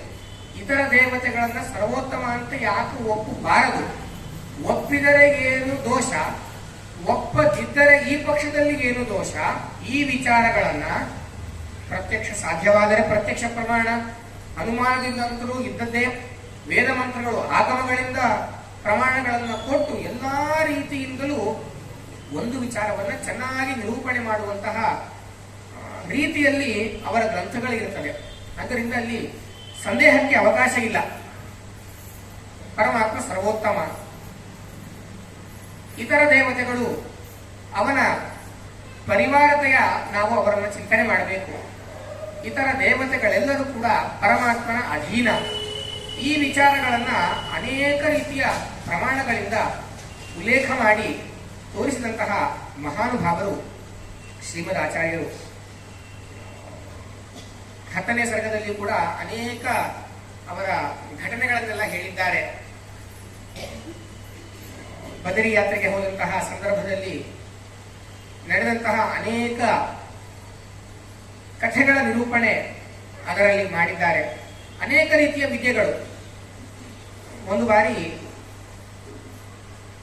ಒಬ್ಬ ರಾಜ ಇದ್ದಂತೆ. ತನ್ನ ಊರಿಗೆ ಬಂದಂತಹ ಎಲ್ಲ ವ್ಯಕ್ತಿಗಳ ಹತ್ರ ಒಂದು ಕೆಲಸ ಮಾಡಿಸ್ಕೊಳ್ಳೋದು, ಭೂಮಿಯನ್ನು ತೋಡಿಸಿಕೊಳ್ಳೋದು, ಕಾಮಗಾರಿಗೆ ಕೆಲಸ ಆಗುವಂತೆ ಇದನ್ನು ತೋಡಿಸಿಕೊಳ್ಳೋದು. ಎಲ್ಲರಿಗೂ ಬಂದವರೆಲ್ಲ ಮಾಡಿ ಹೋಗ್ಬೇಕು. ಹೇಗೆ ಟೋಲ್ ಗೇಟ್ ಅಂತ ಇರ್ತದೆ, ಬಂದವರೆಲ್ಲ ಹಣ ಕೊಟ್ಟೆ ಮುಂದೆ ಹೋಗ್ಬೇಕು, ಇಲ್ಲಾಂದ್ರೆ ಮುಂದೆ ಹೋಗ್ಲಿಕ್ಕೆ ಬಿಡೋದಿಲ್ಲ. ಈ ರೀತಿ ಆಚಾರ್ಯರಿಗೂ ಇದೇ ರೀತಿ ಹೇಳಿದಂತೆ, ನೀವು ಒಂದಿಷ್ಟು ಕೆಲಸ ಮಾಡಿ ಮುಂದೆ ಹೋಗ್ಬೇಕು ಅಂತ. ಆಚಾರ್ಯರು ಅಂದ್ರಂತೆ, ಆದ್ರೆ ನಮ್ಗದು ಏನು ಮಾಡಬೇಕು ಅಂತ ಗೊತ್ತಿಲ್ಲ, ನೀವು ಒಂದು ಬಾರಿ ತೋರಿಸ್ರಿ, ನಾವು ಮತ್ತೆ ಮುಂದುವರಿತೀವಿ ಅಂತ. ಆ ವ್ಯಕ್ತಿ ಹೀಗೆ ಮಾಡಬೇಕು ಅಂತ ಶುರು ಮಾಡಿದಂತೆ, ಕೈ ಕೊಡ್ಲೇ ಇಲ್ಲ ಅಂತೆ, ಎಲ್ಲ ಕೆಲಸ ತಾನೇ ಮಾಡಿಬಿಟ್ನಂತೆ. ಈ ರೀತಿ ಒಂದು ವಿಶೇಷವಾದಂತಹ ಘಟನೆ ಅನೇಕ ಇದೆ. ಇನ್ನು ಒಂದು ಬಾರಿ ಕಳ್ಳರ ಗುಂಪು ಆಕ್ರಮಣ ಮಾಡಿತಂತೆ. ಕಳ್ಳರ ಗುಂಪು ಆಕ್ರಮಣ ಮಾಡಿದಾಗ ಬಟ್ಟೆಯನ್ನೇ ಸುತ್ತಿದ್ರಂತೆ. ಬಟ್ಟೆಯನ್ನೇ ಸುತ್ತಿ ಆ ಕಳ್ಳರ ಮಧ್ಯದಲ್ಲಿ ಹಾಕಿಬಿಟ್ರಂತೆ. ಬಟ್ಟೆಯನ್ನು ಸುತ್ತಿ ಹಾಕಿದಾಗ ಆ ಕಳ್ಳರು ತಾವೇ ಇದರಲ್ಲಿ ಹಣ ಇದೆ, ಇದು ನನಗ್ ಬೇಕು, ಇದರಲ್ಲಿ ಹಣ ಇದೆ, ಇದು ನನಗ್ ಬೇಕು ಅಂತ ಅವರವರೇ ಜಗಳ ಮಾಡ್ತಿರಂತೆ. ಇವ್ರು ಮುಂದೆ ಹೋಗಿಬಿಟ್ರಂತೆ. ಈ ರೀತಿ ಒಂದು ಪ್ರಸಕ್ತಿ. ಅದೇ ರೀತಿಯಾಗಿ ಇನ್ನೊಂದು ಬಾರಿ ಈ ರೀತಿ ಆಕ್ರಮಣವಾದಾಗ ಎಲ್ಲರೂ ಕೂಡ ಶಿಲೆಗಳಂತೆ ಸ್ತಬ್ಧವಾಗಿ ಬಿಟ್ರಂತೆ. ಅವ್ರು ಬಂದಂತ ಯಾಕಂದ್ರೆ ಇವಾಗ ಜನರಿದ್ರು ಎಲ್ಲಿ ಹೋದ್ರು, ಇಲ್ಲೆಲ್ಲ ಬರೀ ಬಂಡೆಗಳು ಕಾಣ್ತಾಗಿದೆಯಲ್ಲ, ಎಲ್ಲೋ ಓಡಿ ಹೋದ್ರು, ತಪ್ಪಿಸ್ಕೊಂಡು ಹೋದ್ರು ಏನೋ ಅಂತ ಮುಂದೆ ಹೋದ್ರಂತೆ. ನಂತರ ಇವರು ಹಾಗೆ ಮುಂದೆ ಹೋದ್ರಂತೆ. ಈ ರೀತಿಯ ಘಟನೆಗಳು. ಅಮಾನುಷವಾದಂತಹ ವ್ಯಕ್ತಿತ್ವ. ಒಂದು ಬಾರಿ ಗಂಗಾ ನದಿಯನ್ನ ದಾಟುವ ಪರಿಸ್ಥಿತಿ ಬಂದು ಬಿಡ್ತು. ವೇಗವಾಗಿ ನದಿ ಹರಿತಾ ಇದೆ, ದಾಟಿ ಆ ಕಡೆ ಹೋಗಬೇಕು. ಹೇಗೆ ಹೋಗುವುದು? ಸ್ನಾನ ಮಾಡ್ಲಿಕ್ಕೆ ಕಷ್ಟ, ಈಸ್ಕೊಂಡು ಹೋಗೋದ್ರೆ ಆಗೋದಿಲ್ಲ. ಶಿಷ್ಯರೆಲ್ಲ ಹೆದರಿದ್ರಂತೆ, ಹೇಗೆ ಹೋಗೋದು? ಆಚಾರ್ಯರು ಹೇಳಿದ್ರಂತೆ, ಸರಿ ನಮ್ಮ ಕಾಲನ್ನ ಹಿಡಿದುಕೊಡ್ರಿ, ನಾವು ಮುಂದೆ ಹೋಗ್ತೇವೆ. ವಿಶಿಷ್ಟ ರೀತಿಯಲ್ಲಿ ನದಿಯನ್ನು ದಾಟಿದ್ರು ಅಂತ ಉಲ್ಲೇಖ ಮಾಡ್ತಾರೆ. ಆಚಾರ್ಯರು ನೀರಿಗೆ ಧುಮುಕಿದ್ರಂತೆ. ಆಚಾರ್ಯರ ಪಾದವನ್ನು ಶಿಷ್ಯರು ಹಿಡಿದಂತೆ. ಆಚಾರ್ಯರು ಮುಂದೆ ಹೋಗ್ತಾ ಇದ್ದಾರೆ. ಶಿಷ್ಯ ಅವರನ್ನ ಹಿಂಬಾಲಿಸಿ ಅವನು ಮುಂದೆ ಹೋಗ್ತಾ ಇದ್ದಾನೆ. ಆ ಶಿಷ್ಯರ ಕಾಲನ್ನ ಇನ್ನೊಬ್ಬ ಹಿಡಿದುಕೊಂಡಂತೆ, ಅವರ ಕಾಲನ್ನ ಇನ್ನೊಬ್ಬ ಹಿಡಿದುಕೊಂಡಂತೆ. ಅಂತೂ ಎಲ್ಲರೂ ಗಂಗಾ ನದಿ ದಾಟಿಬಿಟ್ಟಂತೆ. ಅನೇಕ ರೀತಿಯ ಕಥೆಗಳು, ಅನೇಕ ರೀತಿಯ ತತ್ವಗಳು ಅದರಲ್ಲಿ ಸ್ಪಷ್ಟವಾಗಿರ್ತದೆ. ನಮ್ಗೆ ಸಾಕ್ಷಾತ್ತಾಗಿ ಆಚಾರ್ಯರೇ ಸಿಗೋದಿಲ್ಲ, ಆದರೆ ಆಚಾರ್ಯರ ಕಾಲನ ಹಿಡಿದಂತಹ ಅನೇಕ ರೀತಿಯ ಮಹಾನುಭಾವರು ಸಿಗುತ್ತಾರೆ. ನಾವು ಅವ್ರ ಕಾಲ ಹಿಡಿದ್ರು ಸಾಕು, ನದಿಯನ್ನು ಆಚಾರ್ಯರು ದಾಟಿಸಿದ ಹಾಗೆ ಸಂಸಾರ ಎಂಬುವಂತಹ ಸಾಗರವನ್ನೇ ದಾಟಿಸ್ತಾರೆ ಎಂಬುವಂತಹ ಸೂಚನೆಯನ್ನು ಮಾಡುವ ರೀತಿಯಲ್ಲಿ ಅನೇಕ ರೀತಿಯ ಕಥೆಗಳು. ಅದೇ ರೀತಿ ಅಣಿಮ ಮಹಿಮ ಮೊದಲಾದಂತಹ ವಿದ್ಯೆಗಳನ್ನು ತೋರಿಸಿದಂತಹ ವ್ಯಕ್ತಿತ್ವ. ಆ ಕಥೆಯನ್ನು ಉಲ್ಲೇಖ ಮಾಡ್ತಾರೆ ಗ್ರಂಥದಲ್ಲಿ. ಅನೇಕ ಜನರು ಬಂದು ಬಿಟ್ಟಿರ್ತಾರಂತೆ. ಒಂದು ಬಾರಿ ಆಚಾರ್ಯರ ದರ್ಶನವನ್ನ ಮಾಡಬೇಕು ಅಂತ ಗುಂಪು ಬಹಳವಾಗಿ ಬಿಟ್ಟಾಗ ಯಾರನ್ನು ನೋಡ್ಲಿಕ್ಕೆ ಅಂತ ಬಂದಿರ್ತಾರೋ ಆ ವ್ಯಕ್ತಿ ಕಾಣಿಸೋದೇ ಇಲ್ಲ, ಬರೀ ಜನರ ಗುಂಪಾಗಿ ಬಿಡ್ತದೆ. ಆಚಾರ್ಯರಿಗೆ ಅನ್ನಿಸ್ತಂತೆ, ನನ್ನನ್ನು ನೋಡ್ಲಿಕ್ಕೆ ಅಂತ ಭಕ್ತರೆಲ್ಲ ಬಂದಿದ್ದಾರೆ, ನಾನು ಕಾಣದೇ ಇದ್ರೆ ತಪ್ಪಾಗತ್ತೆ ಅಂತ ಹೇಳಿ ತಮ್ಮ ಗಾತ್ರ ಏನದು ಎತ್ತರವನ್ನ ಹೆಚ್ಚು ಮಾಡಿಕೊಂಡು ಬಿಟ್ರಂತೆ. ಎಲ್ರಿಗೆ ಕಾಣಿಸೋ ತರ ಹೈಟ್ ಆಗಿಬಿಡೋದಂತೆ. ಈ ರೀತಿ ಅದು ಅಣಿಮಾ ಮಹಿಮಾ ವಿದ್ಯೆಗಳು ಅಂತ ಹೇಳ್ತಾರೆ. ಅಣಿಮಾ ಮಹಿಮಾ ಗರಿಮಾ ಲಘಿಮಾ, ದೇಹವನ್ನು ಸಣ್ಣದು ಮಾಡಿಕೊಳ್ಳೋದು, ದೇಹವನ್ನು ದೊಡ್ಡದು ಮಾಡಿಕೊಳ್ಳೋದು, ಅನೇಕ ರೀತಿಯ ಸಾಧನೆಗಳು. ಒಬ್ಬ ಪುಟ್ಟ ಹುಡುಗ ಆಚಾರ್ಯರನ್ನ ಬೆನ್ನ ಮೇಲೆ ಕೂರಿಸಿಕೊಂಡು ದೇವಸ್ಥಾನವನ್ನು ಪ್ರದಕ್ಷಿಣೆ ಮಾಡಿದನಂತೆ. ಅದೇ ಆಚಾರ್ಯರ ಒಂದು ಹೆಬ್ಬೆಟ್ಟನ್ನು ಎತ್ತಲಿಕ್ಕೆ ಆಗಿಲ್ಲ ಅಂತೆ. ಸೌಮೇರವಂ ಗೌರವಂ ಆವಹಂತಿ ತವಾಂಗ ಮಂಗಾಂಗುಲ ಜಶ್ಚನೋಂಗೆ ನೀವು ಒಂದು ಹೆಬ್ಬೆಟ್ಟಿಟ್ರೆ ನಮ್ಗೆ ಅಲ್ಲಾಡಿಸ್ಲಿಕ್ಕೆ ಆಗ್ತಾ ಇಲ್ಲಲ್ಲ, ನಮಗಾಗೋದಿಲ್ಲಪ್ಪ ಅಂತ ಹೇಳಿದ್ರಂತೆ. ಆಚಾರ್ಯರು ಒಂದು ಪುಟ್ಟ ಹುಡುಗನ ಹೆಗಲ ಮೇಲೆ ಕೂತ್ಕೊಂಡು ದೇವಸ್ಥಾನವನ್ನೇ ಪ್ರದಕ್ಷಿಣೆ ಮಾಡಿದ್ರಂತೆ. ಹೀಗೆ ಅಮಾನುಷವಾದಂತಹ ಕೃತ್ಯಗಳು, ಅನೇಕ ರೀತಿಯ ಅಪೂರ್ವವಾದಂತಹ ಕಥೆಗಳು ಎಲ್ಲವೂ ಕೂಡ ಇದೆ. ವಿಶೇಷವಾಗಿ ಅವರು ರಚನೆ ಮಾಡಿದಂತಹ ಗ್ರಂಥಗಳು 16ನೇ ಸರ್ಗದ ಅಂತ್ಯಭಾಗದಲ್ಲಿ ಕೂಡ ಹಾಗೆ ಅವರು ಉಪನಿಷತ್ತಿನ ಪಾಠವನ್ನು ಮಾಡ್ತಾ ಇರ್ತಾರೆ. ಉಪನಿಷತ್ತಿನ ಪಾಠವನ್ನು ಮಾಡುವಾಗಲೇ ದೇವತೆಗಳು ಪುಷ್ಪವೃಷ್ಟಿಯನ್ನ ಮಾಡ್ತಾರೆ. ಅದೃಶ್ಯ ರೂಪ್ಯಪೀಠೇಸ್ತಿ ದೃಶ್ಯಸ್ತು ಬದರೀತಟೆ ಅಂತ ಮಾತು. ಉಡುಪಿಯಲ್ಲಿ ನೀವು ನೋಡಿರಬಹುದು, ಅನಂತಾಸನ ದೇವಸ್ಥಾನದಲ್ಲಿ ಆಚಾರ್ಯರು ಅದೃಶ್ಯರಾಗಿರುವಂತಹ ಸ್ಥಳ ಅಂತ ಕರೆದು ಜಾಗ ಹಾಕಿದ್ದಾರೆ. ಆಚಾರ್ಯರು ಇವತ್ತಿಗೂ ಕೂಡ ಅದೃಶ್ಯರಾಗಿ ಆ ಸ್ಥಳದಲ್ಲಿ ಇದ್ದಾರೆ. ಅದೃಶ್ಯ ರೂಪ್ಯಪೀಠೇಸ್ತಿ ದೃಶ್ಯಸ್ತು ಬದರೀತಟೆ. ಆಚಾರ್ಯರು ದೃಷ್ಟಿಗೋಚರಾಗಿ ಇವತ್ತಿಗೂ ಬದರಿ ಕ್ಷೇತ್ರದಲ್ಲಿ ಇದ್ದಾರೆ ಅಂತ ಗ್ರಂಥಗಳು ತಿಳಿಸಿ ಹೇಳ್ತವೆ. ಆಚಾರ್ಯರನ್ನು ನೋಡುವಂತಹ ಸೌಭಾಗ್ಯ ನಮ್ಮದಲ್ಲ, ನಮ್ಮ ಇಂದ್ರಿಯಗಳಿಗೆ ಅಂತಹ ದೊಡ್ಡ ಶಕ್ತಿಯೂ ಕೂಡ ಇಲ್ಲ. ಆದರೆ ಆಚಾರ್ಯರ ಗ್ರಂಥಗಳನ್ನು ಓದುವಂತಹ ಸೌಭಾಗ್ಯವನ್ನ, ಉತ್ತಮವಾದಂತಹ ಜನ್ಮವನ್ನ ದೇವರು ಒದಗಿಸಿಕೊಟ್ಟಿದ್ದಾನೆ. ಆದ್ದರಿಂದ ಆ ಅವಕಾಶದಿಂದ ವಂಚಿತರಾಗಬಾರದು ಅನ್ನುವಂತಹ ಕಿವಿ ಮಾತನ್ನು ನಾನು ಹೇಳ್ತಾ ಇದ್ದೇನೆ. ಉಡುಪಿಯಲ್ಲಿ ಕಾಣಿಯೂರು ಮಠದ ಶ್ರೀಪಾದರು ವಿದ್ಯಾ ಸಮುದ್ರ ತೀರ್ಥರು ಅಂತ ಹೇಳಿ, ಈಗೇನು ಸ್ವಾಮಿಗಳಿದ್ದಾರೋ ಅವರ 2 ತಲೆ ಹಿಂದೆ ಅವರು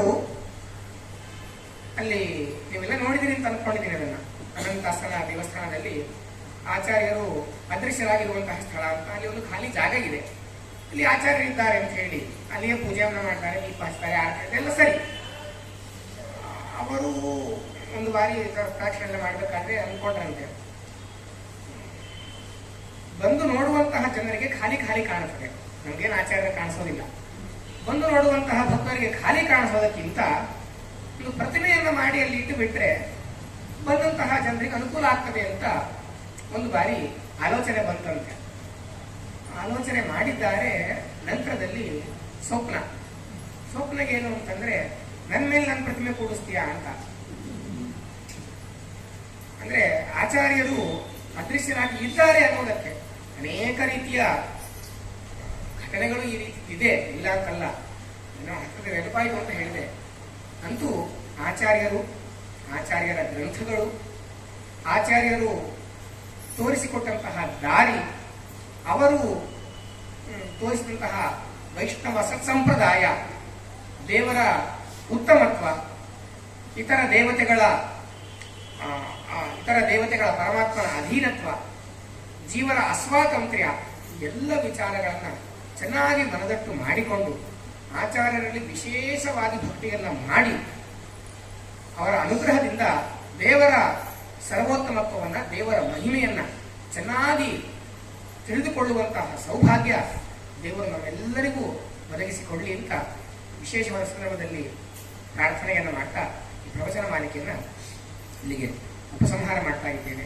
ಶ್ರೀಕೃಷ್ಣ ಅರ್ಪಣಮಸ್ತು. ಕರ್ಮಾದೋ ಕರ್ಮಮಧ್ಯೆ ತದುಪರಿಚ ಹರಿಂ ಪ್ರೇರಕಂ ಸಂಸ್ಮರಂತಹ ತಸ್ಮಿನ್ ಸ್ಥಾನ್ಯರ್ಪಯಂತ ಶ್ರುತಿ ಪಥ ವಿಪರೀತ ಕ್ರಿಯಾ ವರ್ಜಯಂತಹ ಏವಂ ಏವ ರಚಿತಂ ಸಂಗ್ರಹಂ ಚಿಂತಯಂತಹ ಕುರ್ಯುಃ ಕರ್ಮಾಣಿ ತೇಷಾಂ ವಿದಧತಿ ಸಕಲಾಭಿಷ್ಟಮಿಷ್ಟೋನ್ಕುಂಡಃ. ಶ್ರೀಕೃಷ್ಣಾರ್ಪಣಮಸ್ತು. ಮಧ್ವೇಶಾರ್ಪಣಮಸ್ತು. ಪ್ರೀತೋಸಿ ಮಾಪತೆ ವ್ಯಾಸ.